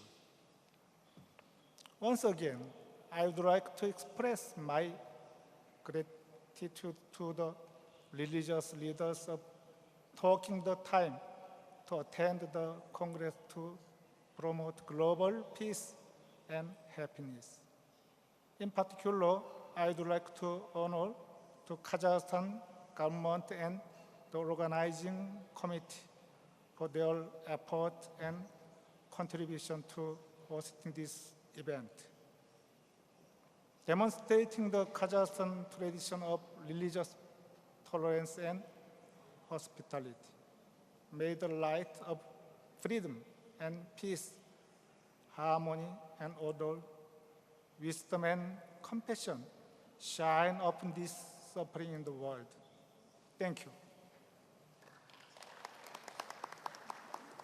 Thank you, Your Excellency, for your warm words about Kazakhstan, and we highly appreciate the support of your organization, of our Congress. We hope we will continue to develop our relations in years to come. Thank you. Құрметті отырысқа қатысушылар, Dear participants, I would like to give our next floor to the advisor to the Ministry for Islamic Affairs and Guidance of the Kingdom of Saudi Arabia, Mohammed bin Abdul Wahid Al Arifi. Please, the floor goes to you. May God Almighty bless you all. Your Excellency, your Reverend Kazakhstan, because it plays a significant role in the Islamic civilization, and this is a great principle of equality among nations and peoples. There is no discrimination on origins, or as God Almighty used to say, there is no discrimination towards people. We were created as men and women for us to recognize each other.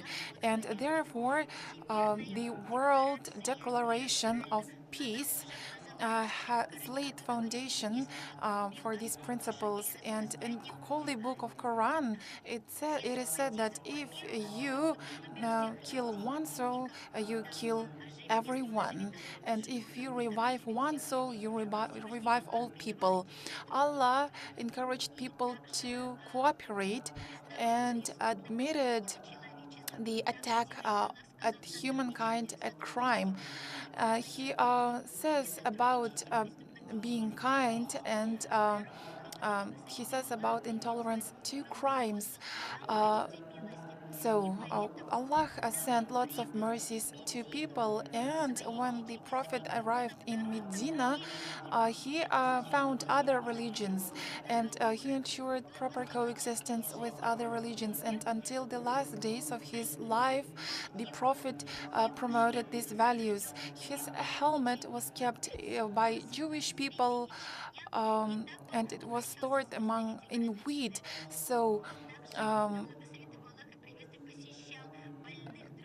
Prophet visited lots of sick people, even those ones who came from different religious backgrounds. Uh,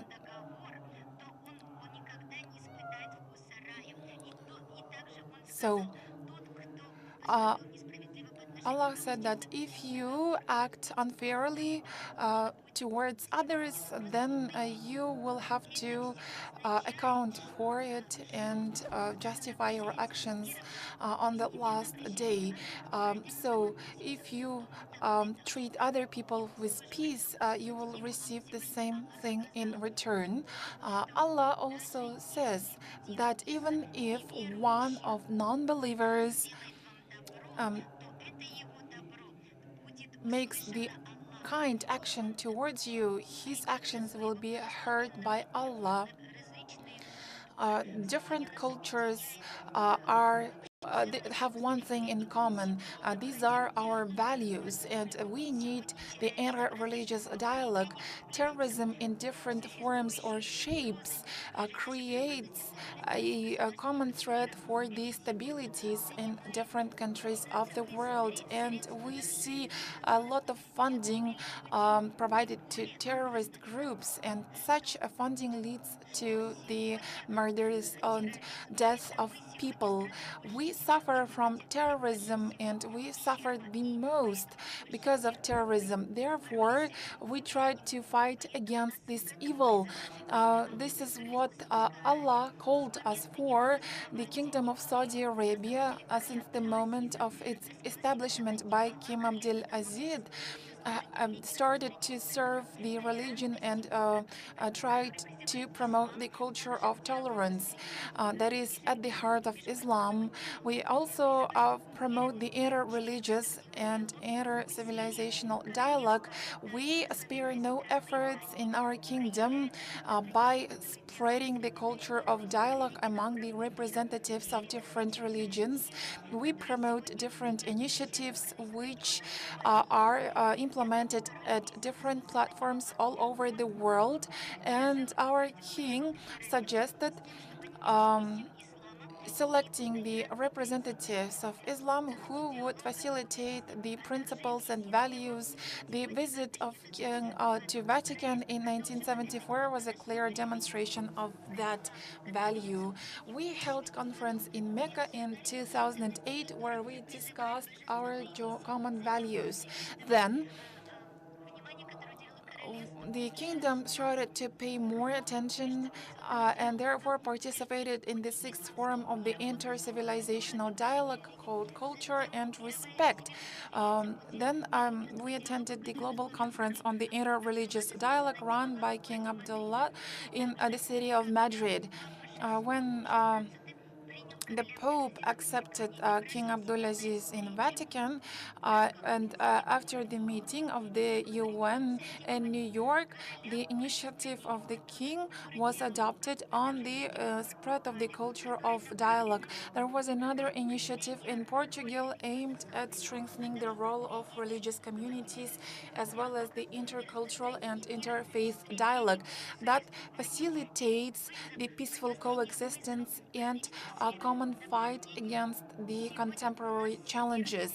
Today, we have the Global Center for Countering Terrorism based in El Riyadh, in the capital of our country. During the reign of Salman, in order to counter terrorism and in order to promote the culture of tolerance and in order to reinforce values across the representatives of different global religions, we arranged the visit of the delegation to Vatican in order to discuss urgent issues. In 2018, the chairperson of the Pope Council visited Saudi Arabia.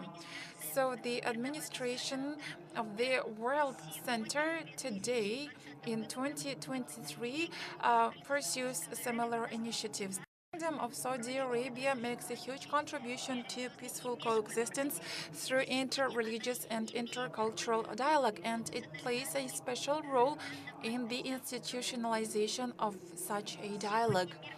The world is going through lots of conflicts, and such conflicts require immediate actions on the part of the communities. The cooperation and coordination shall be developed on the international level. In conclusion, I would like to say that the dialogue pursues lots of objectives. And there are varieties of different topics and speakers. We are guided by the words of Allah, tell your slaves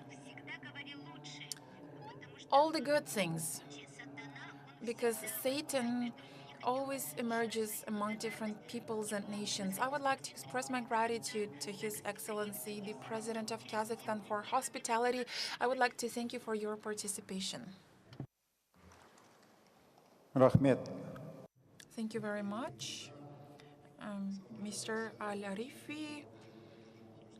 Thank you very much for your contribution.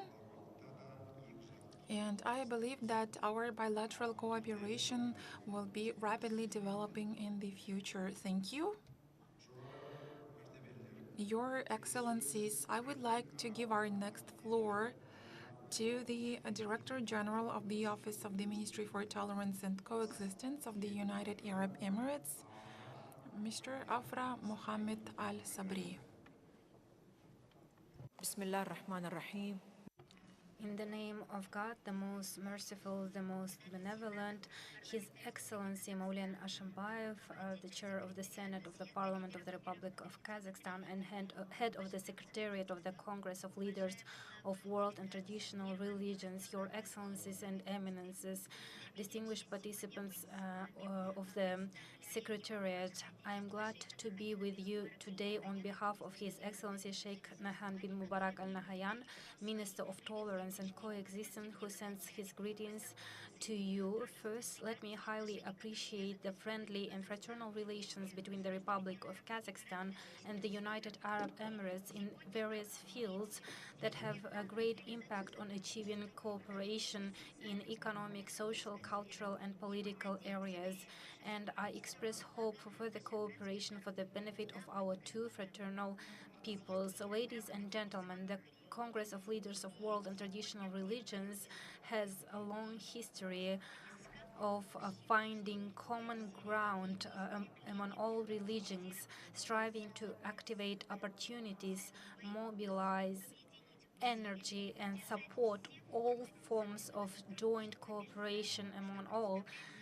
It's a global platform that we are proud of, and we always strive in the UAE to participate in the activities of the Congress and to implement its declarations and recommendations, because we believe that this forum is of high value and coincides with common human brotherhood values. And we believe that this Congress allows to build dialogue among different nations of the world.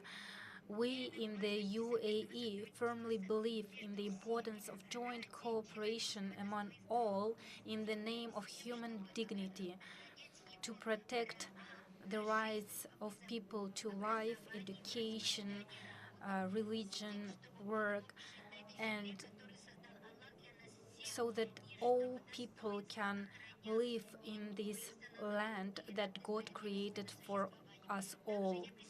I also join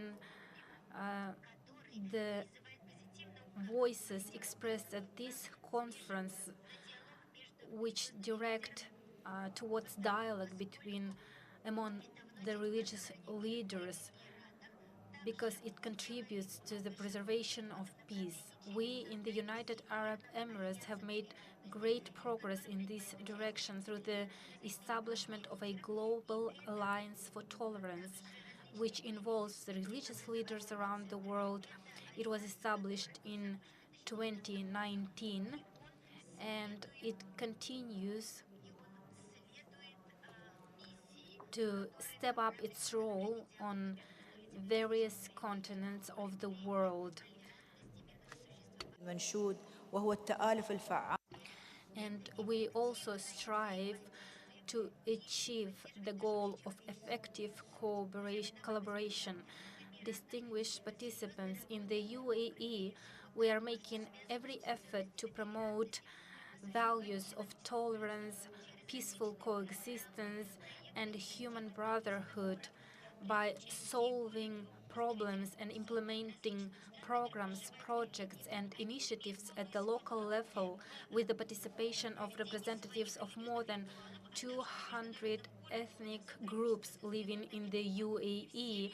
We also cooperate with all international institutions through bilateral and multilateral cooperation. The UAE has always been committed to peace, cooperation, and provides support to everyone, and doesn't distinguish on political, religious basis. And this is the approach of our leadership, His Highness Sheikh Mohammed bin Zayed Al Nahyan. And the same approach which was instilled in us by the founding father, Sheikh Zayed bin Sultan, may the Lord rest his soul. Brothers and sisters, the good intentions and noble goals that we put forward at this conference for the sake of all humanity should be implemented,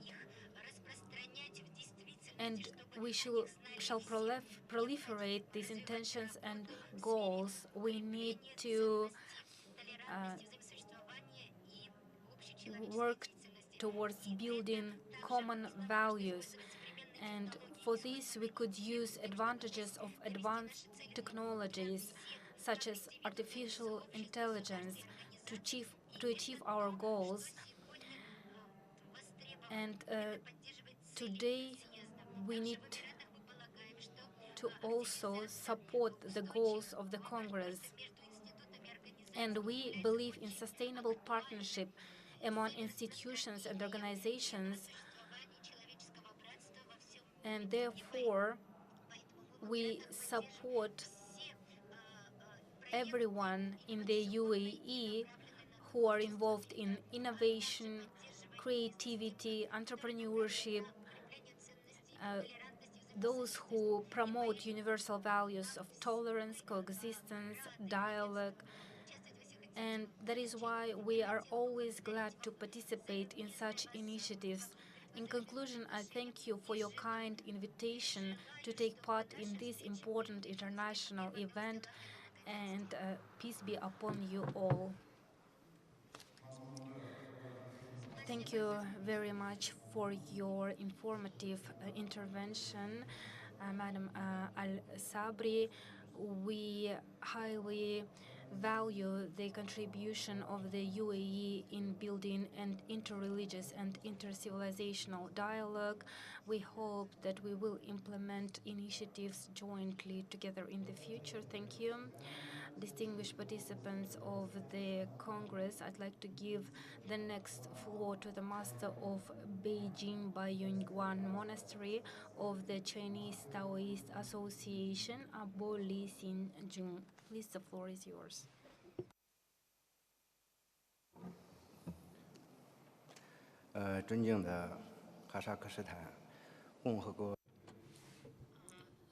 Distinguished Mr.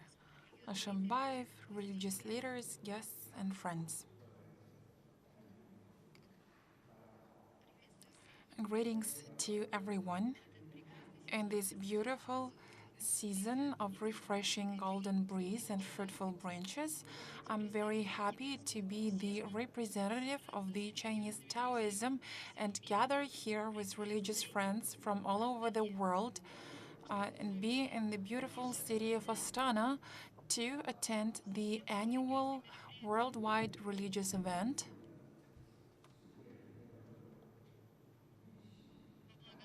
for the benefit of harmonious coexistence of mankind, social peace, and stability. Kazakhstan is an important country within the Belt and Road Initiative. And I feel extremely honored to have the opportunity to get together with the religious leaders from around the world to use the passion and love of a person of faith to contribute to the great cause of preserving human peace.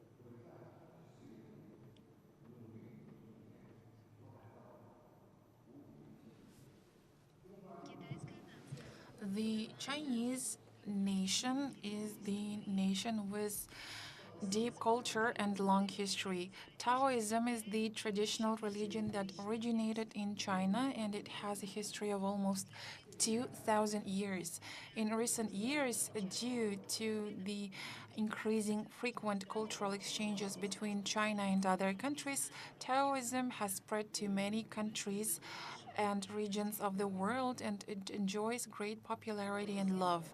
Taoism is the peace-loving religion that has had the concept of a peace, rebirth, life, and loving peace since ancient times. Almost 800 years ago, Shu Tuji, the founder of Taoism, a 76-year-old man who braved wind, sand, frost, and snow, walked a distance of 35,000 miles, step by step, from Shandong province to today's Central Asia, and he saw Genghis Khan, the leader of the Mongol Empire. At that time, Genghis Khan had a powerful military force and planned to carry out his plan of unification by the use of force. Master Chuji impressed Genghis Khan with the spirit of love and sincerity and successfully convinced him to respect heaven, love people, and reduce the number of killings. 800 years ago, Shuju traveled to the west and saved tens of thousands of people from being captured and killed. This religious legend is not only a dialogue between religious leaders and political leaders, it is also the dialogue between peace, harmony, and war. To this day, factors that threaten world peace and stability still arise. Major powers fight against each other. Emergencies, hegemony, religious and ethnic conflicts intertwine and overlap each other. Humanity is facing all kinds of confusion and misunderstanding, and in this regard, we as religious people must use our religious wisdom to help resolve prejudices and conflicts between people, countries, and civilizations, and we have to make a positive contribution to promoting the harmonious coexistence of different civilizations. We have to maintain world peace and improve the human well-being. First of all, it is necessary to establish a protective line of peace and tranquility in the world with the value of life. Taoism is a precious life religion that has been known since its inception for its pursuit of health and longevity. Human life is the most valuable of all, and all other forms of life must be respected and protected. The immortal path of life is our goal.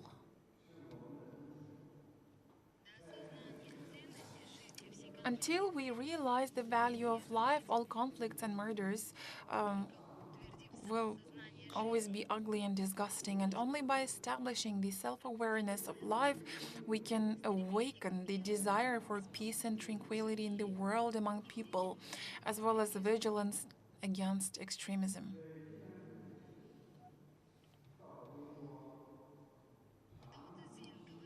Tao Te Ching says, there is always only the heart of the people. The heart of the people is the heart of Taoism, which is present in all people and which cannot be acquired. A material civilization of society is becoming more and more developed. Science and technology are becoming more and more advanced, but there are still contradictions and conflicts in the world, and the root cause is not in the external world, but in the hearts of people. For people who are prone to extremism, we must focus on improving their lives. For example, the lives of elderly people or women exposed to evil cults, youth exposed to extremist ideas such as religious extremism and violent terrorism, the marginalized groups living in difficult life conditions, and the groups who have experienced severe mental shocks. We must invest more understanding, care, and material assistance for them so that they could restore their faith in life and minimize the opportunities for the survival of extremism. We will give them more attention, care, or financial assistance. We will help them restore their confidence in life. Thus, if the yin yang are in harmony, then the agreement can be achieved with this harmony. All things could be encouraged to grow and develop, so people will be in harmony and the world will be at peace. Taoism places a great importance on the harmonious relationship of symbiosis and mutual coexistence between man and society, believing that man's efforts are necessary to promote the progress of society, that man should bear due responsibility for the society in which he lives, and promote harmony and peace throughout the world. In the face of all contradictions of the modern world, Taoism adheres to the attitude of harmony with Tianyi, due with the Menyan, to save people and help the world with the heart of a seeker of harmony.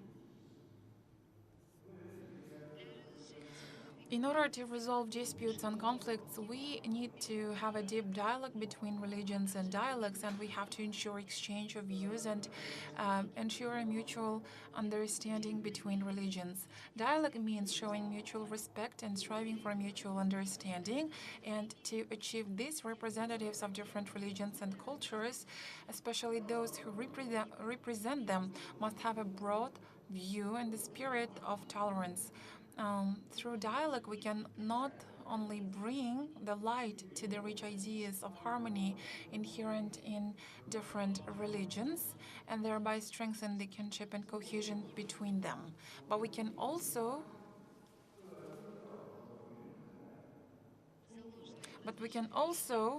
gain a deeper understanding of each other's differences by promoting harmony and coexistence within religions. We can also deeper understand the meaning of harmony and coexistence at intra-religious level, between religions and societies. For the concept of peace all over the world could become the common aspiration of people, and so that we could form a virtuous circle for the benefit of people of the world.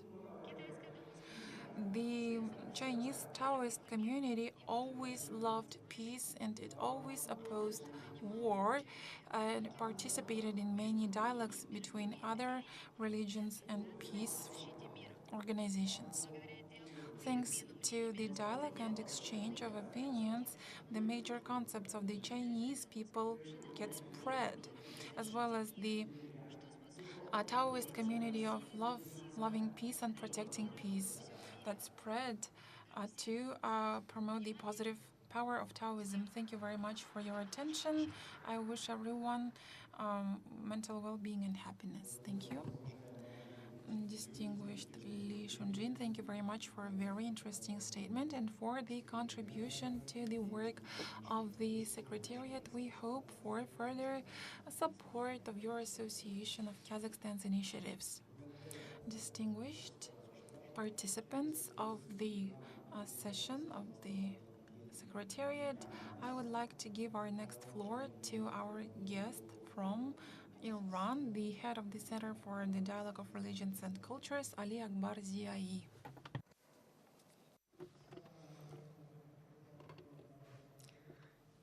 In the name of God, the most merciful, the most benevolent.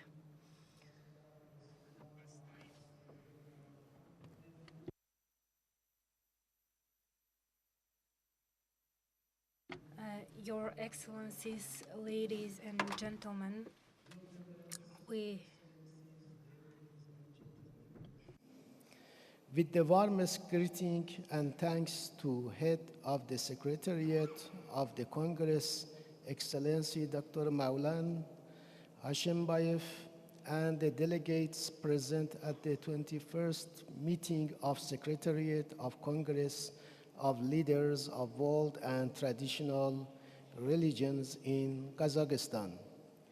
I would like to initially touch upon some of the goals of the Center for Interreligious and Intercultural Dialogue of the Islamic Republic of Iran, which I represented at this meeting. The first, promoting unity and solidarity among the leaders and the followers of divine religions, according to the values and spiritual status presented and promoted by Imam Khamenei Hafazallahu wa Ra'ah, the supreme leader of Islamic Revolution of Iran, with the aim of facing the spiritual and political crisis of the world.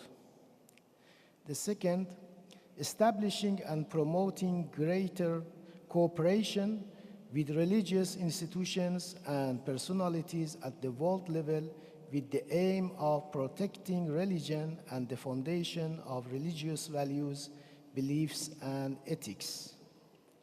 The third, organizing and participating in dialogues to promote the actualization of justice and social rights of followers of religions, and also to stimulate peaceful coexistence among the followers of religions in the world. The Islamic Republic of Iran established the Center for Interreligious and Intercultural Dialogue more than 30 years ago. As the official representative of Islamic Republic of Iran, with the objective of promoting and strengthening understanding, synergy, peaceful coexistence, and interreligious and intercultural interaction among religious and cultural communities and institutions at national, regional, and international levels.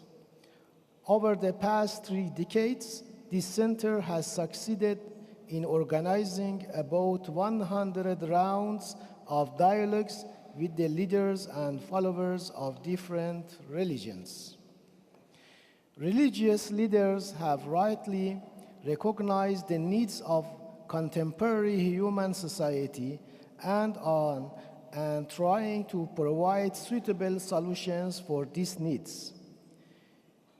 The more the leaders of divine religions get involved in this issue in practice and reach the heart of human life, rather than in theory, the closer they can get to their main objectives.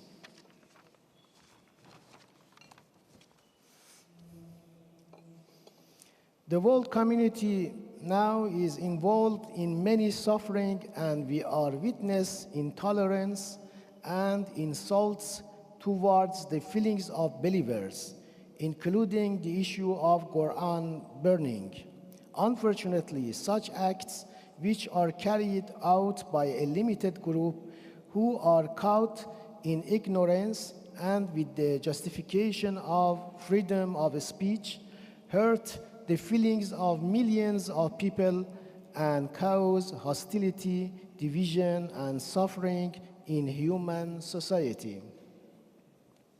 Thus, the act of burning of Holy Quran by some people with political motives is completely contrary to these principles and should be condemned in the strongest possible way. And the leaders of world and traditional religions should join hands to find the ways and means to preventing the repetition of this hateful act, because creating any kind of religious tensions on purpose is like a fire on ready to ignite firewood, and it may easily get out of control and have its consequences. As regards the role of women in sustainable society and economic development, just as mentioned in para 23 of the above-mentioned statement that we stand for the protection of dignity and rights of women, the improvement of their social status as equal members in family and society, as well as encourage their inclusion in the peace processes in cultural and religious settings. We believe that in today's world, we have the responsibility to promote the family formation and the basis religious lifestyle and avoid such definitions of family like homosexuality that is being promoted by the world domination system that are in clear contradiction with human disposition. Perhaps it was due to resistance of the Islamic Republic of Iran towards some Western countries and not giving in to the pressure of the world domination system with regard to women and creating a new model of growth and progress for them in accordance with the Islamic Sharia laws that became the cause heavy attack by the Western media and their bombardment of propaganda against Iran last year by resorting to the false narrative of an accident to isolate the Islamic Republic of Iran at the global level. However, the majority of wise Iranians did not support them, and the women of many countries are taking advantage of their social, cultural, and scientific rights and are stronger and more motivated than in the past. It should be noted that the Islamic Republic of Iran is ready to provide other countries with its experience in promoting the growth and development of women. I look forward to the adoption of appropriate and effective approaches toward the existing challenges of the new era and do hope that this meeting will achieve its great objectives. We hope that all leaders of the world and traditional religions pray for innocent and oppressed people and people of Palestine and the people and children of Palestine that killed these days and became oppressed in this very hateful situation. Thank you very much. Құрметті Зия. Distinguished Mr. Ziai, thank you very much for your statement. Thank you for supporting the goals and objectives of the Congress. We are interested in actively cooperating with your center, and in future we plan to hold joint events. Thank you. And now I'd like to thank all the speakers for their meaningful interventions, for their kind words of support to Kazakhstan, and for defining directions for further cooperation within the Congress of Leaders of World and Traditional Religions. Now we are moving to the second item of our agenda, review and adoption of the development concept of the Congress of Leaders of World and Traditional Religions for 2023-2033. Yesterday, during the working group session of the Secretariat, there were comprehensive and constructive discussions of this concept paper, and the first deputy foreign minister of Kazakhstan, deputy head of the Secretariat of the Congress of Leaders of World and Traditional Religions, Kairat Umarov, is going to inform us about the work. Chair, distinguished participants of the meeting, at the outset, I would like to express our gratitude for your participation in the 21st meeting of the Secretariat. Over the past 20 years, the Congress has become an authoritative international platform fostering constructive cooperation between leaders of various religions, cultures, and societies in the name of peace and security. The forum is attended by esteemed representatives of all global and traditional religions, authoritative politicians, public figures, and heads of international organizations. In 2022, the 7th Congress brought together approximately 100 delegations from more than 50 countries, underscoring the sustained importance of this dialogue platform. Under the present-day challenging global situation, there is an increasing need for joint efforts by religious, political, and public leaders to maintain global security and peace. The current challenges require the creation of a new paradigm of security and development. It should be based on the principles of cooperation, mutual respect, tolerance, and mutual understanding. The central theme of our endeavors should be to unite efforts to overcome existing mistrust and disagreements. The most genuine pathway to navigate these complexities lies in a collective pursuit of compromises, goodwill, and cooperation which lead to peace and harmony in the societies. Therefore, in Kazakhstan, we are convinced that dialogue remains the most viable approach in all spheres: political, economic, cultural, or spiritual. That is why we believe that the Congress should and can play a constructive role in uniting efforts to help resolve the most pressing problems.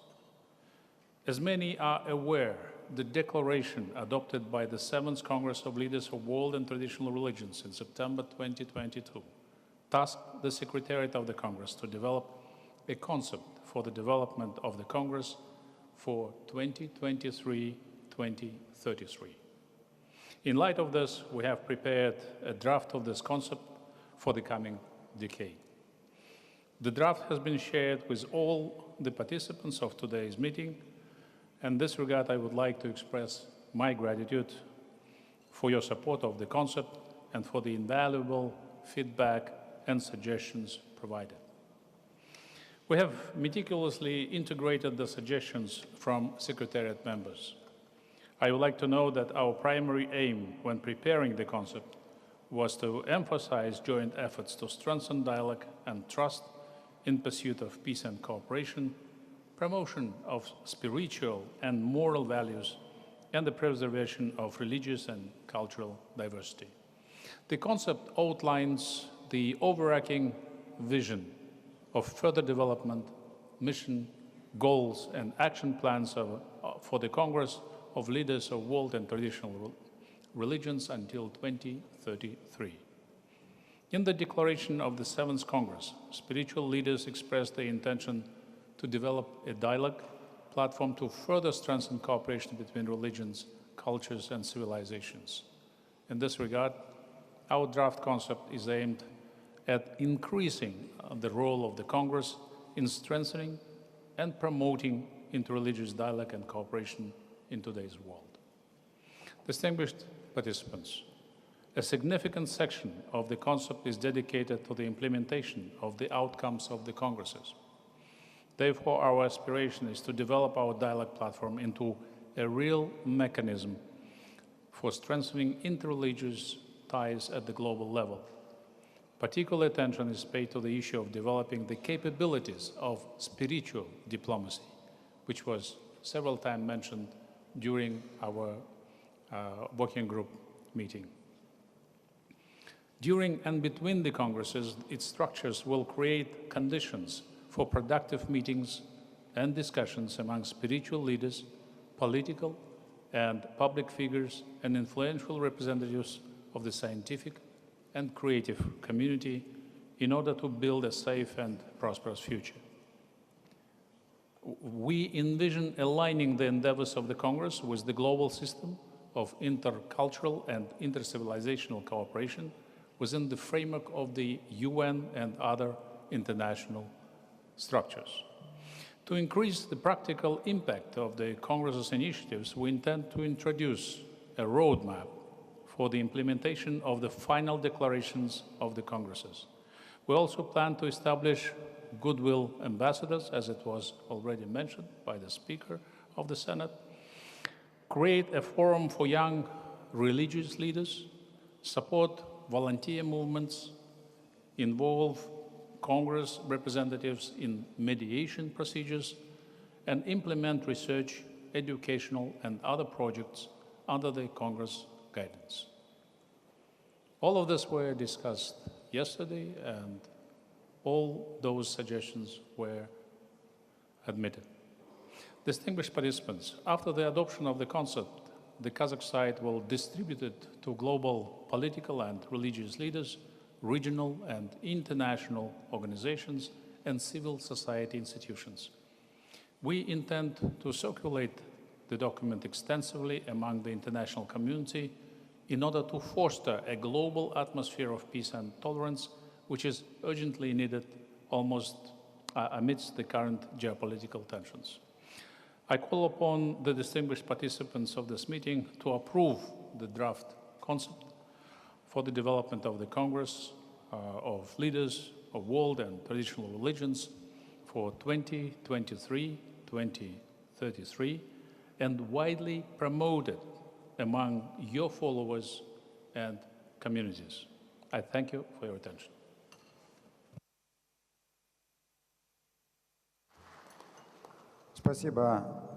Thank you very much, Kairat Yermekovich.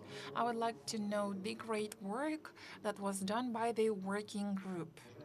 Dear participants of the Secretariat session, we have a few participants of the Secretariat who signed up for sharing their remarks. Dear participants, I would like to give the floor to the Secretary General of the Muslim Council of Elders, Mohammed Abdel Salam.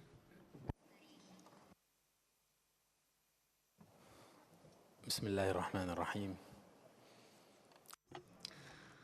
In the name of God, the most beneficent, the most merciful, distinguished chair of the Secretariat of the Congress of Leaders of World and Traditional Religions, distinguished Maulana Shambayev,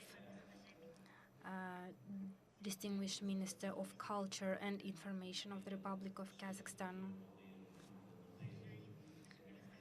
Your Excellency Dr. Mohammed, representative of Sheikh of Al-Askar, I'd like to greet Mr. Pashazadeh and all the members of the Secretariat. I'd like to express my gratitude for the opportunity to attend and participate today in this important high-level meeting due to the mission of the organization within the framework of the Secretariat and representing various institutions and structures. I'd like to assure you of my respect for the Council of Muslim Elders, an independent international organization that I have the honor to represent. And I'd like to commend the activities of the Congress of Leaders of World and Traditional Religions. The Congress has collected recognized world experience since its first convening in 2003 in Astana, the capital of Kazakhstan, in a country distinguished by its religious diversity. It's located in the center of the Silk Road, connects East and West and has been beautifully distinguished since ancient times by the coexistence of mosques and churches, along with Zoroastrian and Buddhist temples and other religious symbols. Over the past 20 years, during which 7 congresses were held in the Republic of Kazakhstan, the presence of the Council of Muslim Elders at this forum was established with the symbolic and historical participation of His Honor, the Chair of the Council, the Supreme Imam Sheikh Al-Azhar, Professor Dr. Ahmad Al-Ataib. At the last Congress of the Congress of Leaders of World and Traditional Religions is the representative composition of its participants, whose presence today at the meeting of the Secretariat of the Congress reflects the importance of the institutions that participate in it, the expected prospects for their participation, their contribution to the fulfillment of our joint mission, and the significance of the proposals and discussions in creating plans, programs, and proposing ways to ensure their implementation. And the Congress is the example of intercivilizational dialogue, and all of this shows that we actually need this important platform for all of us, platform of the Congress of Leaders of World and Traditional Religions in Astana. And the fact that we see threats to the world and stability today in the world and in the Middle East during the recent days due to the exacerbation of conflict and due to the incitement of hatred once again shall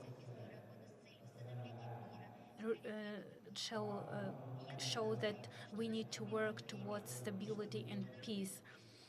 And I believe that we need to achieve the world where the international community will make decisions promptly and jointly for peace, and we need to protect the rights of citizens of Palestine and Israel so that everybody can live in peace. We condemn the loss of innocent lives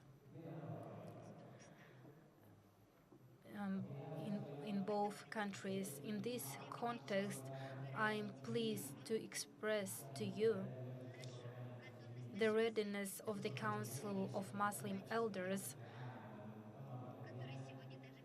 as an organization represented in the Secretariat of the Congress today to contribute to this direction, both by providing its experience in coordination with partner world religious institutions such as the Vatican and other representative religious structures of the world, and through contribution to the regional forums on interreligious discussions.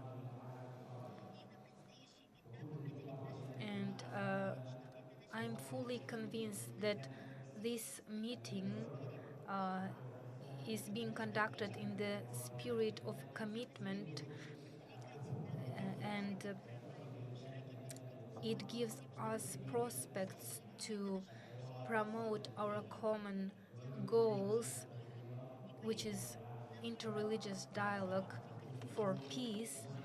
And that is why we need to support the activities of the Congress, and we would like to thank the Secretariat for your sincere, good and kind wishes. Thank you very much.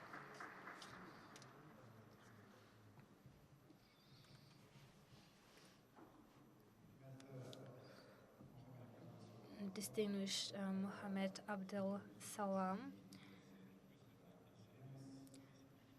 thank you for your meaningful presentation and support.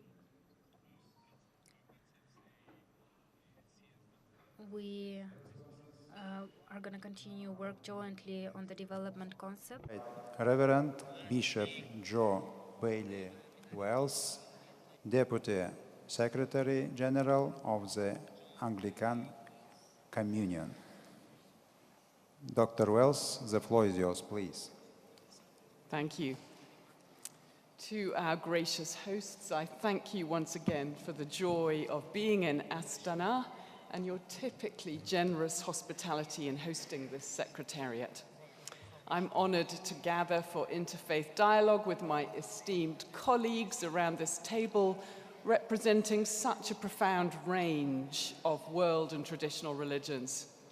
Each year, we become stronger friends and collaborators, united in the declaration to seek for the peace of our world. I greet you in the grace and peace of Jesus Christ and bring greetings from the Archbishop of Canterbury on behalf of the Global Anglican Communion. I have found myself rethinking and rewriting my words here daily since last weekend's desperate news from the Holy Land. I dare say we are united in anger at vicious acts of terrorism and in tragedy at innocent civilian lives lost. When we are shaken, we do not take sides. We are all violated. Whatever our faith, our race, our homeland, we are all diminished. Already we have heard it dubbed another 9/11. Did we need another? Already we hear that escalation is an inevitability. What will it take us to stop? How do we ensure that anger is directed to justice and not to justifying further destruction?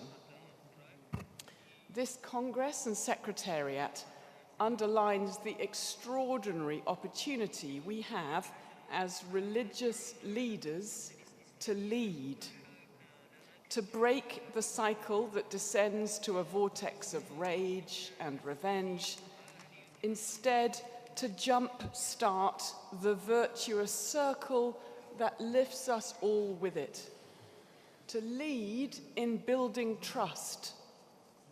If we did this, then political leaders would truly pause because they would see another way. Otherwise, the inevitability is that we destroy ourselves and our planet. What is inevitable?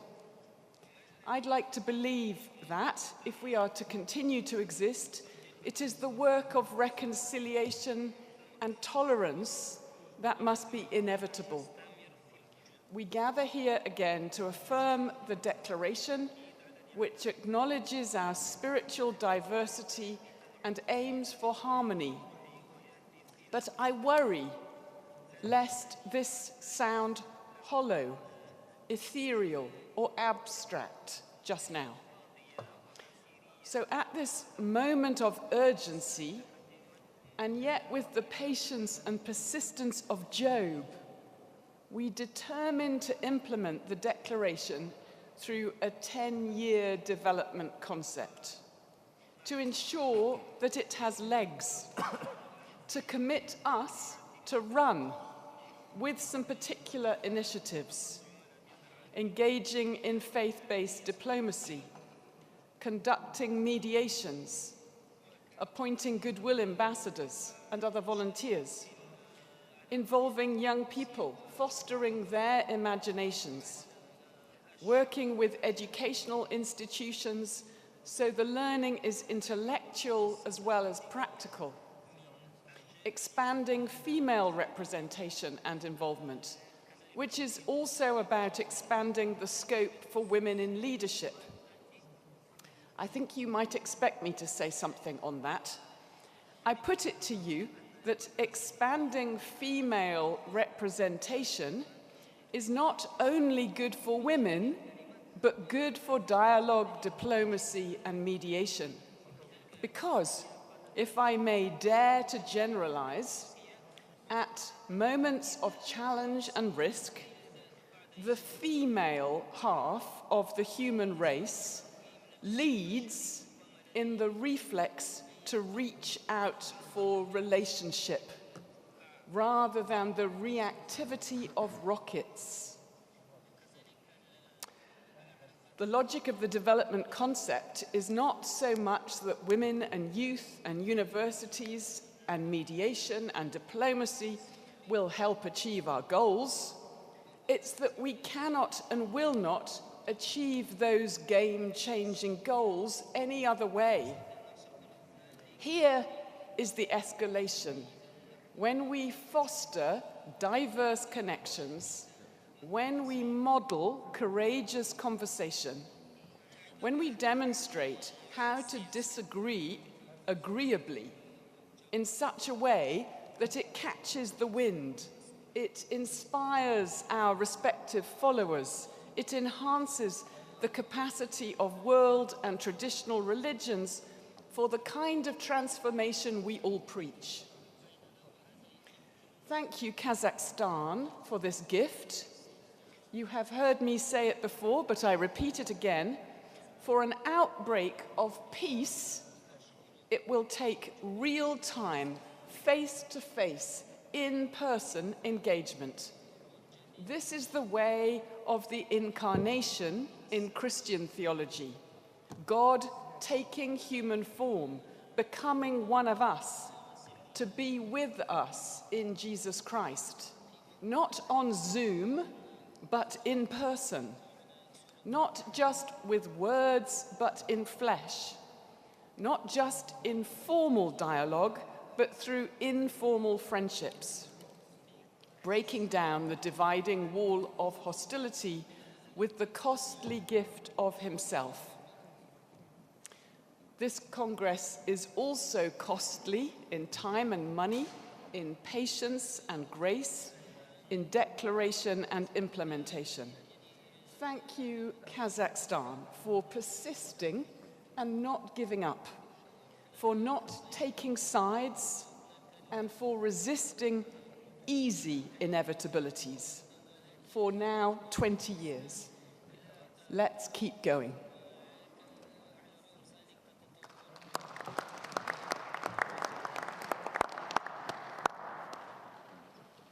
Thank you, Dr. Wells, for your important and encouraging words.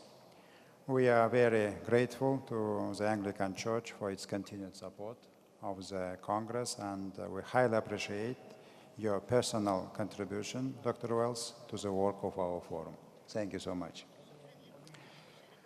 Уважаемые участники, Of the Secretariat, let me give the floor to the representative of the World Evangelical Lutheran Church, Archbishop of the Evangelical Lutheran Church in the Republic of Kazakhstan, His Eminence Mr. Yuri Novgorodov. Please, the floor is yours. Honorable Chairman, distinguished members of the Secretariat, ladies and gentlemen, brothers and sisters. I cordially greet you in the name of Lord Jesus Christ, on behalf of the Lutheran World Federation, its President, General Secretary, and 149 churches in 99 countries of the world. I'd like to cordially thank all speakers who spoke before me for your sincerity, for your care, for the pain that we're witnessing due to the current situation. It is always difficult to speak after such important interventions because many things have already been raised, and I don't want to repeat all those ideas that were already expressed. However, I'd like to say a few things. 20 years, the path covered by the Congress, on the one hand, it's a long path, on the other, it's a short period. Short for history, but long for men. Just think about it. During this time, a generation was born, and the second generation was born who is still in its infancy. How will they see the world? and the generations that follow. And it's largely being decided now, these years and even these months and days. Over the past 20 years, the Congress has done a lot of work and made considerable efforts to strengthen peace, stability, and to preserve eternal spiritual values on a global scale. And these efforts are rightly recognized as successful and productive. But the last 4 years have brought dramatic changes to the world. First, the COVID infection, then increase in military conflicts and confrontations, and then the war at the center of Europe, in which many countries are involved in one way or another, as well as the events of the last days, the conflict in the Middle East. And this has changed the established views and rules of world coexistence. And in this regard, our Congress, as a living, active organism, as a collection of people united by the desire to preserve peace and stability, cannot fail to respond to these changes. And if we want, and I think that we have a common opinion on this, to remain an active dialogue platform capable of influencing what is happening around the world, if we want to serve through our efforts and work to serve people despite differences, if we want to continue a productive dialogue with communities and politicians, then of course we must make adjustments to our plans. We need to identify priority topics, determine priority areas and points of effort. The presented draft development concept of the Congress reflects the realities and possible prospects of events and ways of responding to them, both in the short-term and long-term periods.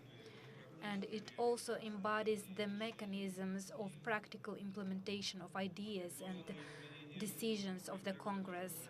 The proposed changes in the structure will also improve the work of the Congress and make it more effective. And then the concept of the Congress, it's not a dogma of fate. It can always be amended or changed. And as it has been mentioned yesterday at the working group, we had quite active and comprehensive discussion of all the paragraphs of the development concept, and I proposed to accept the proposed version of the concept, and I believe that it shall serve us as an instruction for actions. And in conclusion, I'd like to thank all the members of the Secretariat, the government agencies of the Republic of Kazakhstan, especially as the staff of the Nazarbayev Center, who took an active part in the development of this concept. I thank also the people, the president, the parliament, and the government of my country for the efforts they are making to strengthen peace in the world and creating conditions for the work of our Congress. Thank you very much. Peace and prosperity to all countries and peoples.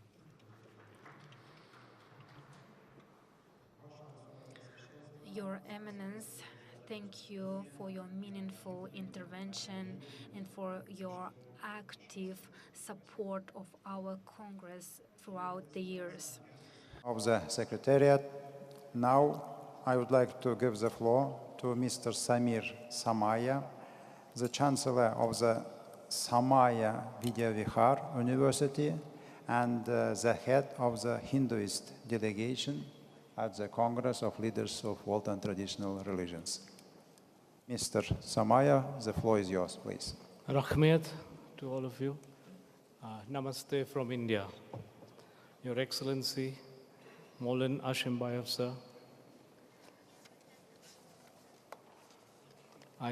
Your Excellency, Aida Balayeva,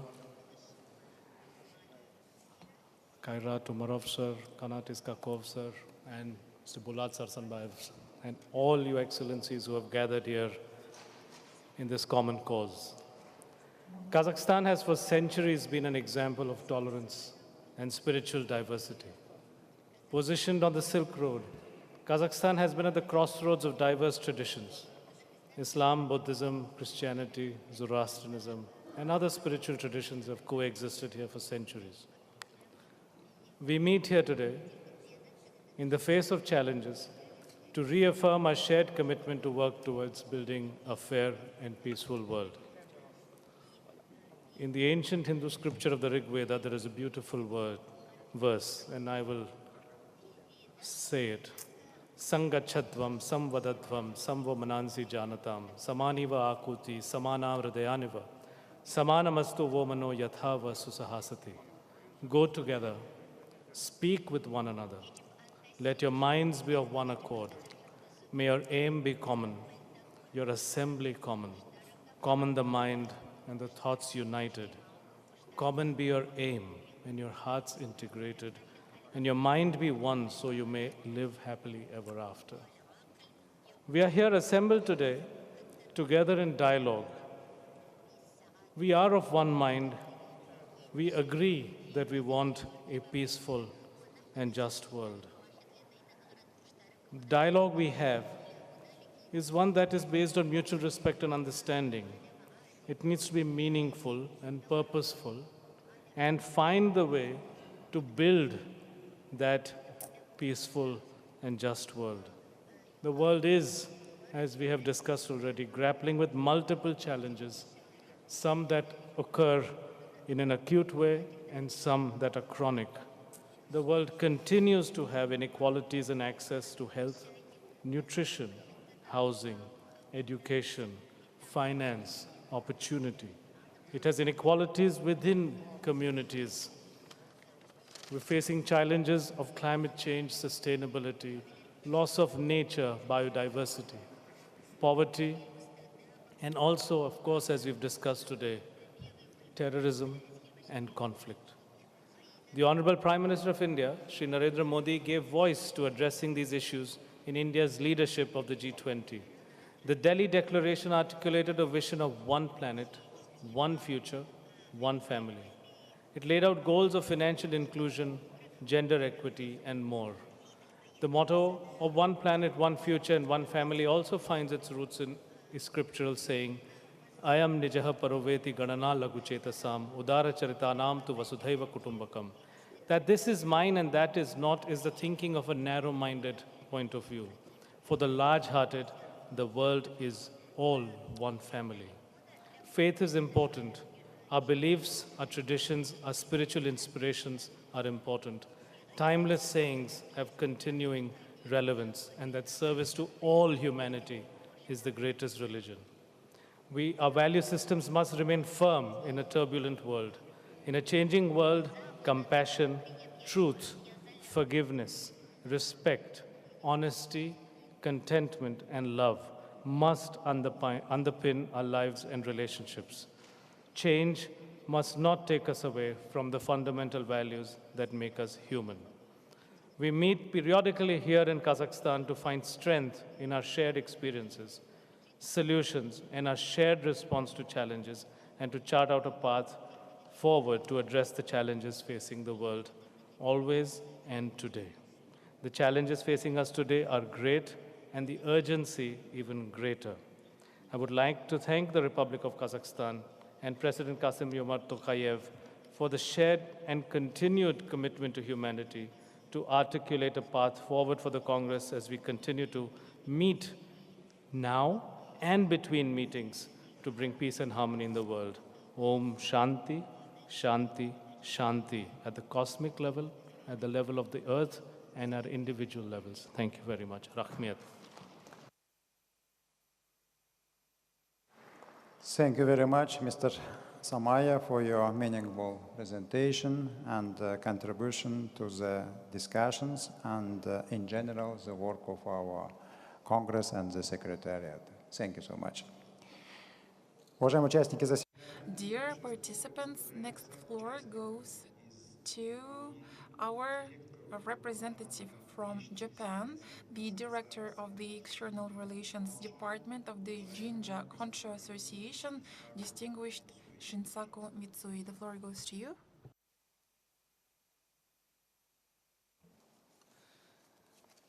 ここに書かれたことはどれも重要で、これからの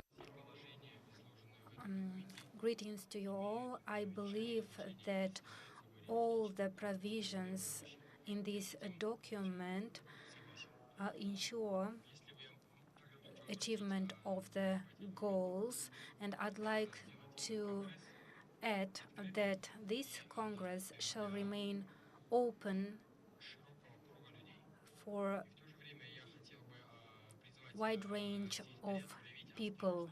And I'd like to ask the Secretariat be very careful in order to ensure that people who wish to make this meeting a profit for individuals or groups do not achieve this. In this world, humankind shall choose the path of coexistence by recognizing our differences. And I believe that we are on the path towards tolerance. And if that is the case, that we must all share the following principle. Although such concepts as Bushido and Jihad is part of our lives,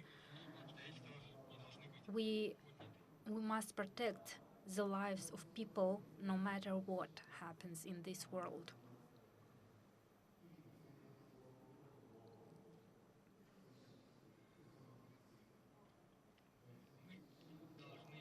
We need to commit to a common principle, to common ideals for building a better future. In this draft document, there is an approach towards working with youth.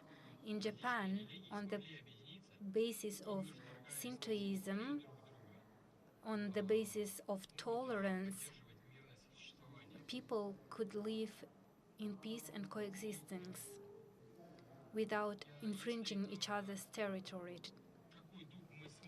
And if we can convey this spirit to our youth,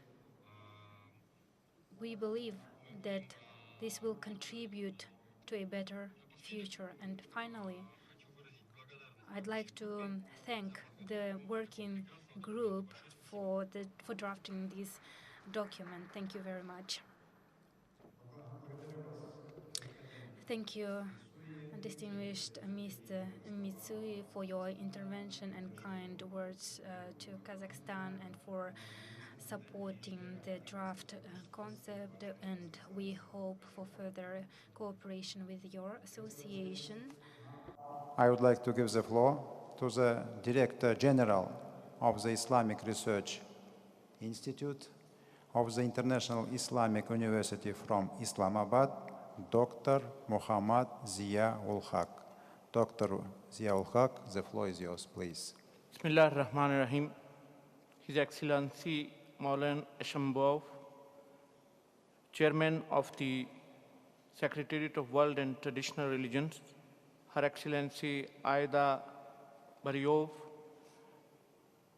dear distinguished leaders of world and traditional religions, diplomats, representatives of international organizations, ladies and gentlemen, Assalamu alaikum wa rahmatullahi wa barakatuhu. First of all, I would like to congratulate the Republic of Kazakhstan and its President, His Excellency Kasim Jomart Tokayev. Similarly, I would like to congratulate His Excellency Maulan Ashambov, Head of the Secretariat of World and Traditional Religions and Chairman of the Senate of the Parliament of Kazakhstan, for regularly organizing the meetings of working groups, Secretariat, and Congress of the World and Traditional Religions for last 2 decades. The last 20 years are showing the commitment of the people and leadership of the Kazakhstan for advancing sustainable peace and harmony among the followers of various religions. I'm also thankful to the organizers for the hospitality that they have extended to the participants of the Congress each time. Ladies and gentlemen, the 7th Congress of the World and Traditional Religion has adopted significant communique. The Congress discussed the role of religious leaders for bringing peace and stability in the world. And after the Congress, the Secretariat was continuously working with its partner organizations. There had been continuously meetings, roundtables, conferences, and discussions about the vision that the Republic of Kazakhstan has prepared on the name of 2023-2033 development concept. This development concept is way forward, and this way forward and action plan is turning differences into diversity. This way forward is also contributing in sustainable peace and development. We have discussed it in length yesterday, and for last 1 year, this concept paper was under the discussion of various religious leaders and various religious organizations. No doubt it is a working document, but this document has incorporated the suggestions and opinions of various leaders and various organizations. And now it is almost in a comprehensive shape, ready for acceptance. So I suggest that we should accept not only this concept for development, but we also accept the communique that has been prepared yesterday by the working group of the Congress. At last, I'm again thankful to the Secretariat of World and Traditional Religions for hospitality, for regular organizing of these activities. And I think we must continue to work for sustainable peace in the world. We have to understand, as the followers of the world religion, that violence on the name of religion is violence against the religion. Thank you very much.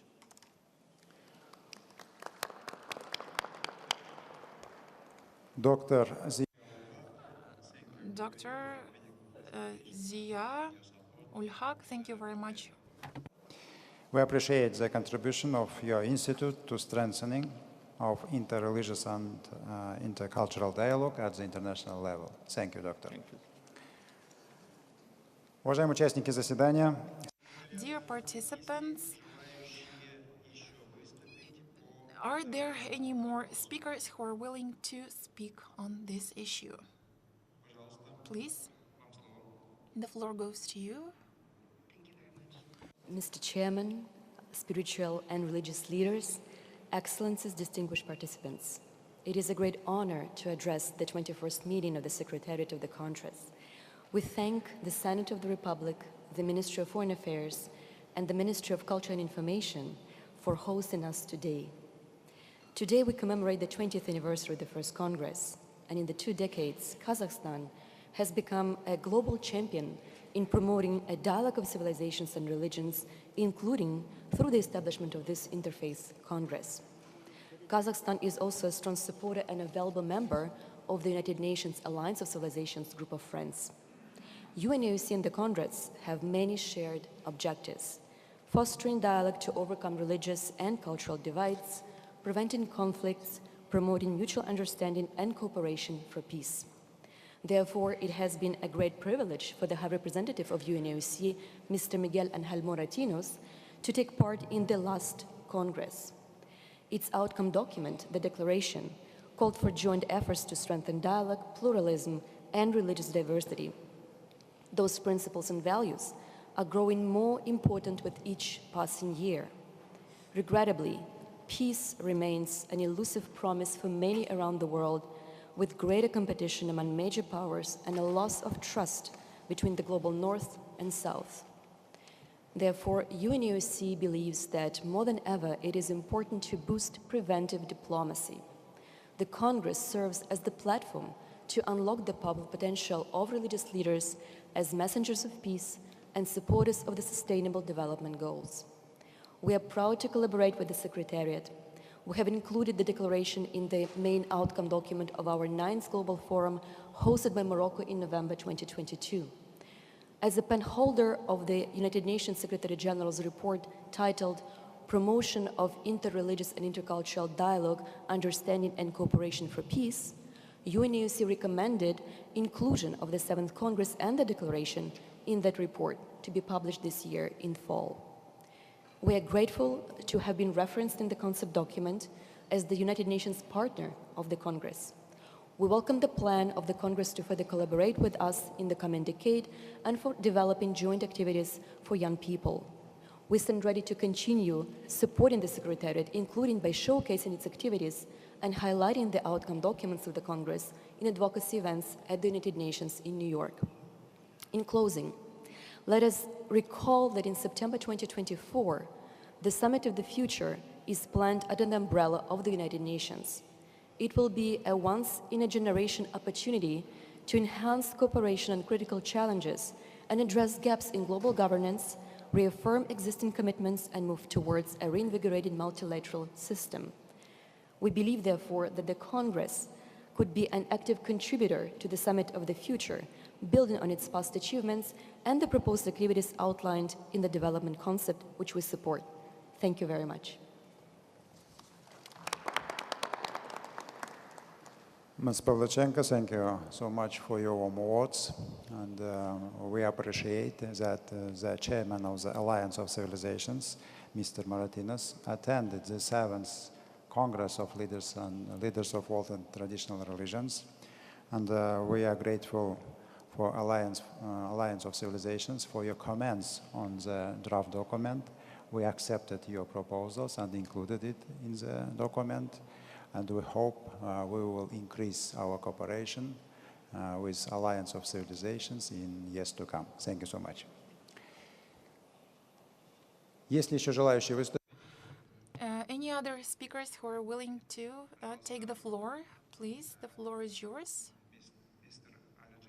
Mr. Al-Jandi, the representative, the head of the Noor Mubarak University, please. Thank you very much, Mr. Chairman. بسم الله الرحمن الرحيم ونصلي ونسلم على سيدنا محمد أشرف المرسلين وعلى آله وأصحابه أجمعين. Distinguished participants, Assalamu alaikum wa rahmatullahi wa barakatuh. This is a greeting of Islam from the very beginning. On behalf of Noor Mubarak University, this joint university between Egypt and Kazakhstan, I must and I have the honor to offer my deep thanks to leading state of Kazakhstan, which organizing 7 congresses up to now. This great event for the sake of modern world and humanity. Many thanks to His Excellency Maulin Ishimbayev, the Chairman of the Senate and Head of the Secretariat, Her Excellency Aida Balayev, Minister of Information and Culture, distinguished participants, I must say that from the very beginning, we need 2 new mechanisms to face these challenges. I think we are suffering from world challenges now, and people look forward to leaders of the world and traditional religions to contribute in these challenges. This, in fact, leading event, this why? Because in this current stage, we need, in fact, we are in dire need to tolerance and peaceful coexistence for individuals, societies, and the whole world. So we look forward and seek to fulfill world fraternity, universal citizenship. We need now not only fraternity and even in the law and United Nations Charter, international citizenship, world citizenship for all people, apart from religion, language, anything, homeland, and so on. Not, and we must confirm also and say not to clash of civilization, not to clash of peoples, but not no hatred and not hatred, but we want instead of peace of peoples, no doubt that the leader of world and traditional religions and all participants are qualified for mission of social peace inside one society, and the international peace for the whole of world. That is what humanity and the world are waiting. I think you are very tired, and so I think it is enough now to say thank you very much. Thank you very much again. Assalamu alaikum wa rahmatullah.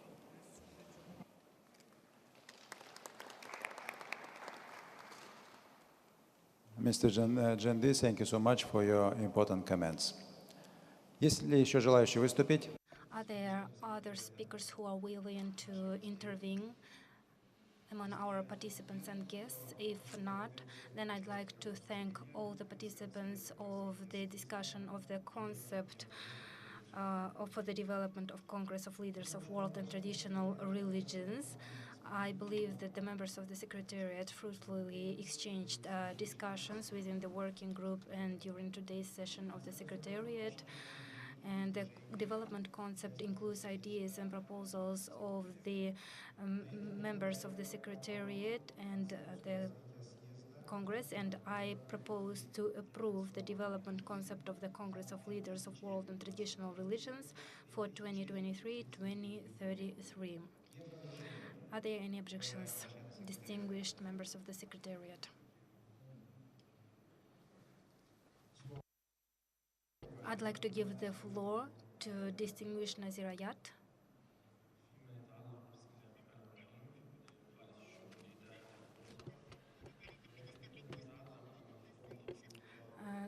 Greetings to you all. Thank you very much for giving me the floor.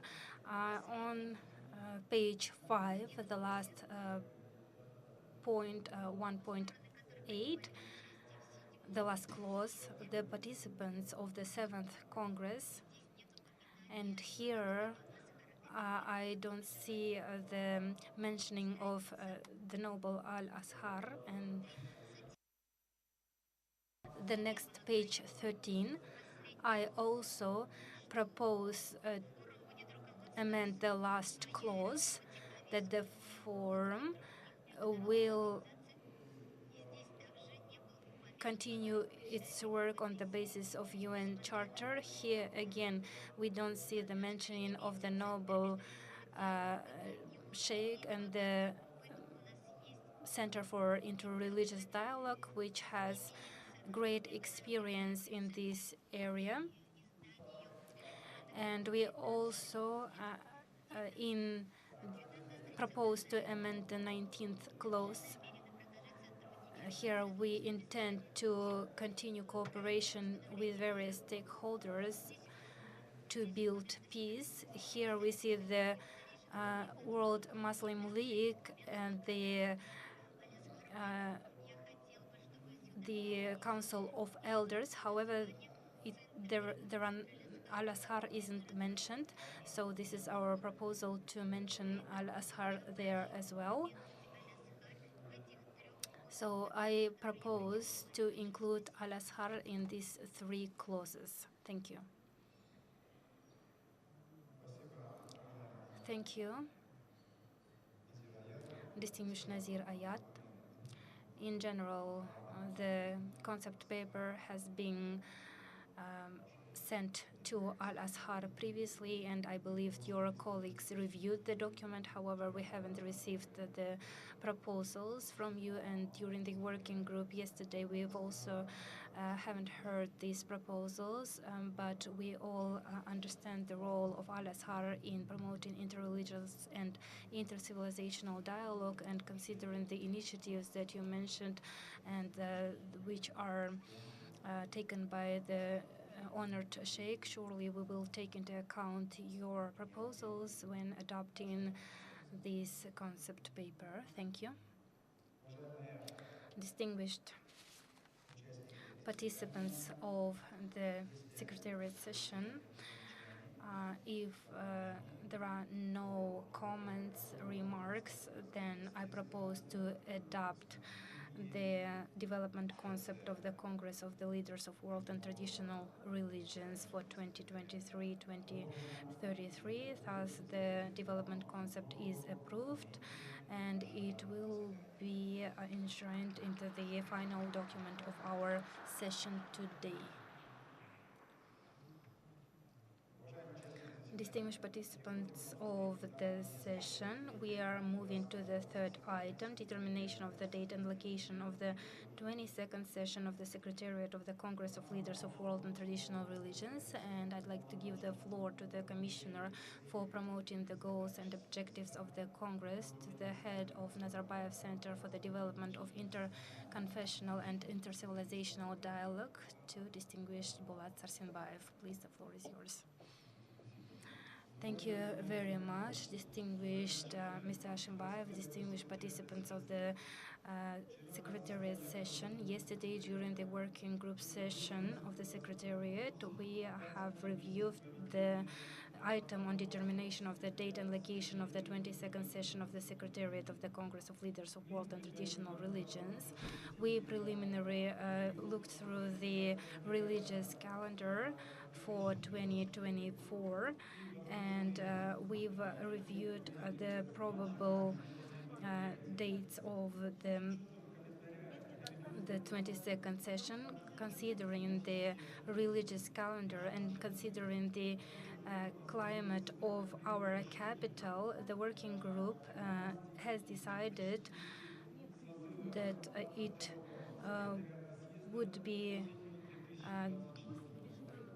to convene the 22nd session in autumn 2024, and I hope that the Secretariat will also support these dates. Thank you, Mr. Stansimbayev. Are there any proposals or additions to the remarks by Mr. Stansimbayev? If there are no remarks or additions, then I propose to approve this proposal. And the next session of the Secretariat, the 22nd session of the Secretariat, we will conduct jointly in September of 2024 in Astana. No objections? If there are no objections, so we approve the date and location. Distinguished participants and guests, we've conducted very fruitful 21st session of the Secretariat of the Congress of Leaders of World and Traditional Religions. We exchanged views, and we also discussed a very important document for our forum, the development concept.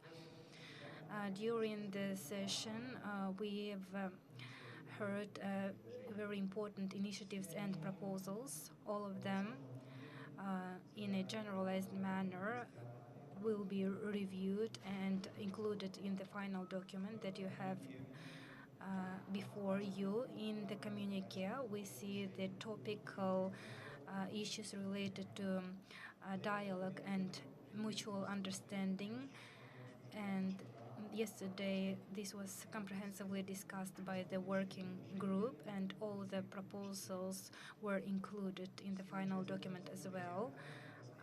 And we have sent the final communique to all the members of the Secretariat. Do you have any questions regarding this document? If there are no questions, remarks, or proposals, then allow me to announce that the communique of the 21st session of the Secretariat of the Congress of Leaders of World and Traditional Religions to be approved. Distinguished participants of the session, now we have a ceremony for presenting state awards of the Republic of Kazakhstan and also presenting the medals of honor of the Congress. And these awards are presented based on the decree by the President of the Republic of Kazakhstan. Now let's move on to the award ceremony. Қазақстан Республикасының мемлекеттік наградаларын салтанатты түрде табыстау рәсімі басталады. And now we proceed to the official award ceremony for outstanding contribution in promoting mutual agreement within society and strengthening peace, friendship, and cooperation between nations. The Order of Dostuk of the second degree is awarded to His Excellency Sheikh ul Islam Allah Shukur Pashazadeh, Chairman of the Caucasus Muslims Board.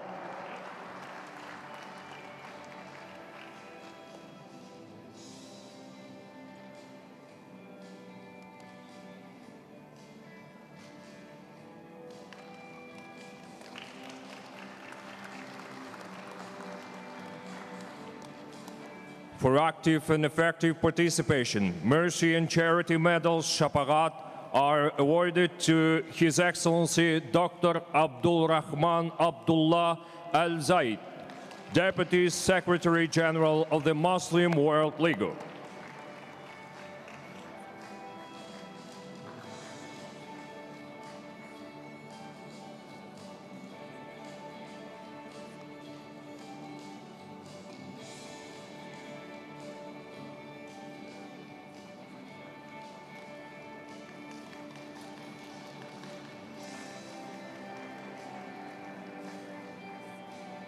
Right Reverend Joe Bailey Wells, Deputy Secretary General of the Anglican Communion.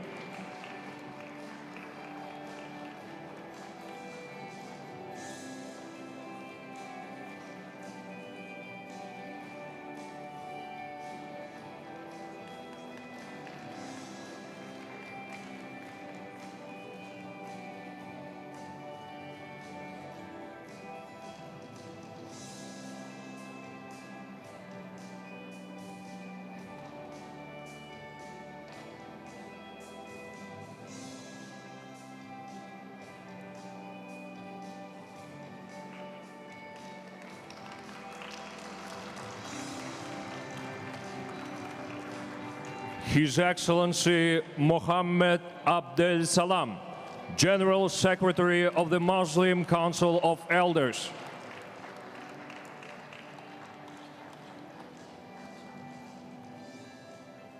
For outstanding contribution to the strengthening interfaith dialogue, the Medal of Honor of the Congress of the Leaders of World and Traditional Religions is awarded to His Excellency Muhammad Abdul Wahed Al-Arifi, Advisor at the Ministry of Islamic Affairs, Dawah and Guidance of the Kingdom Saudi Arabia.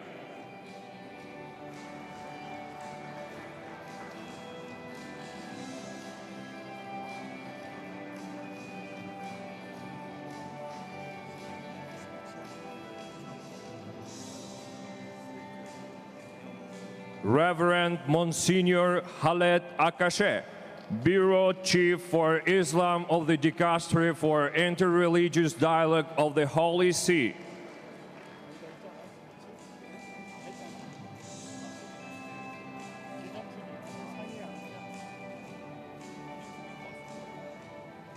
Venerable Pu Jung, Deputy Secretary General of the Buddhist Association of China.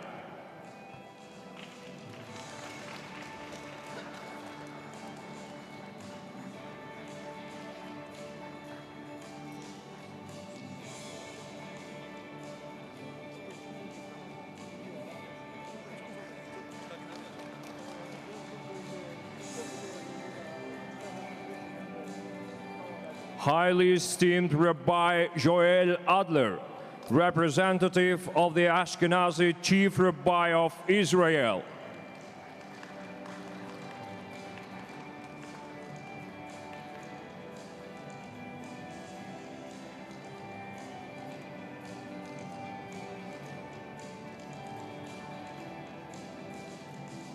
His Excellency Dr. Ali Akbar Ziai, head of the Center for Interreligious and Intercultural Dialogue.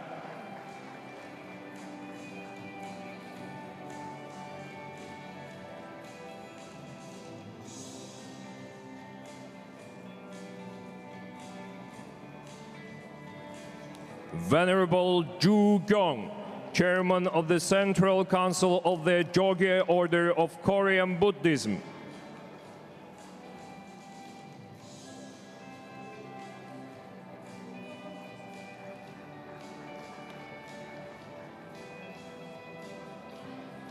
Most Venerable Byambaja Phunghur, the Lama of Gandan Tekshengli Monastery, the Center of Mongolian Buddhists, and Secretary General of the Asian Buddhist Conference for Peace.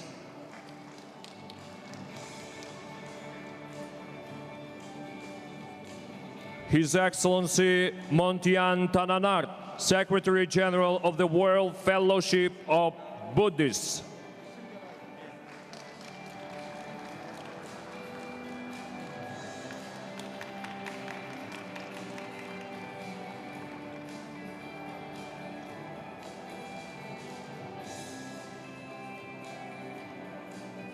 Master Li Xinjun, the Chief Administrator and Director of the Management Committee of Beijing Baiyun Temple.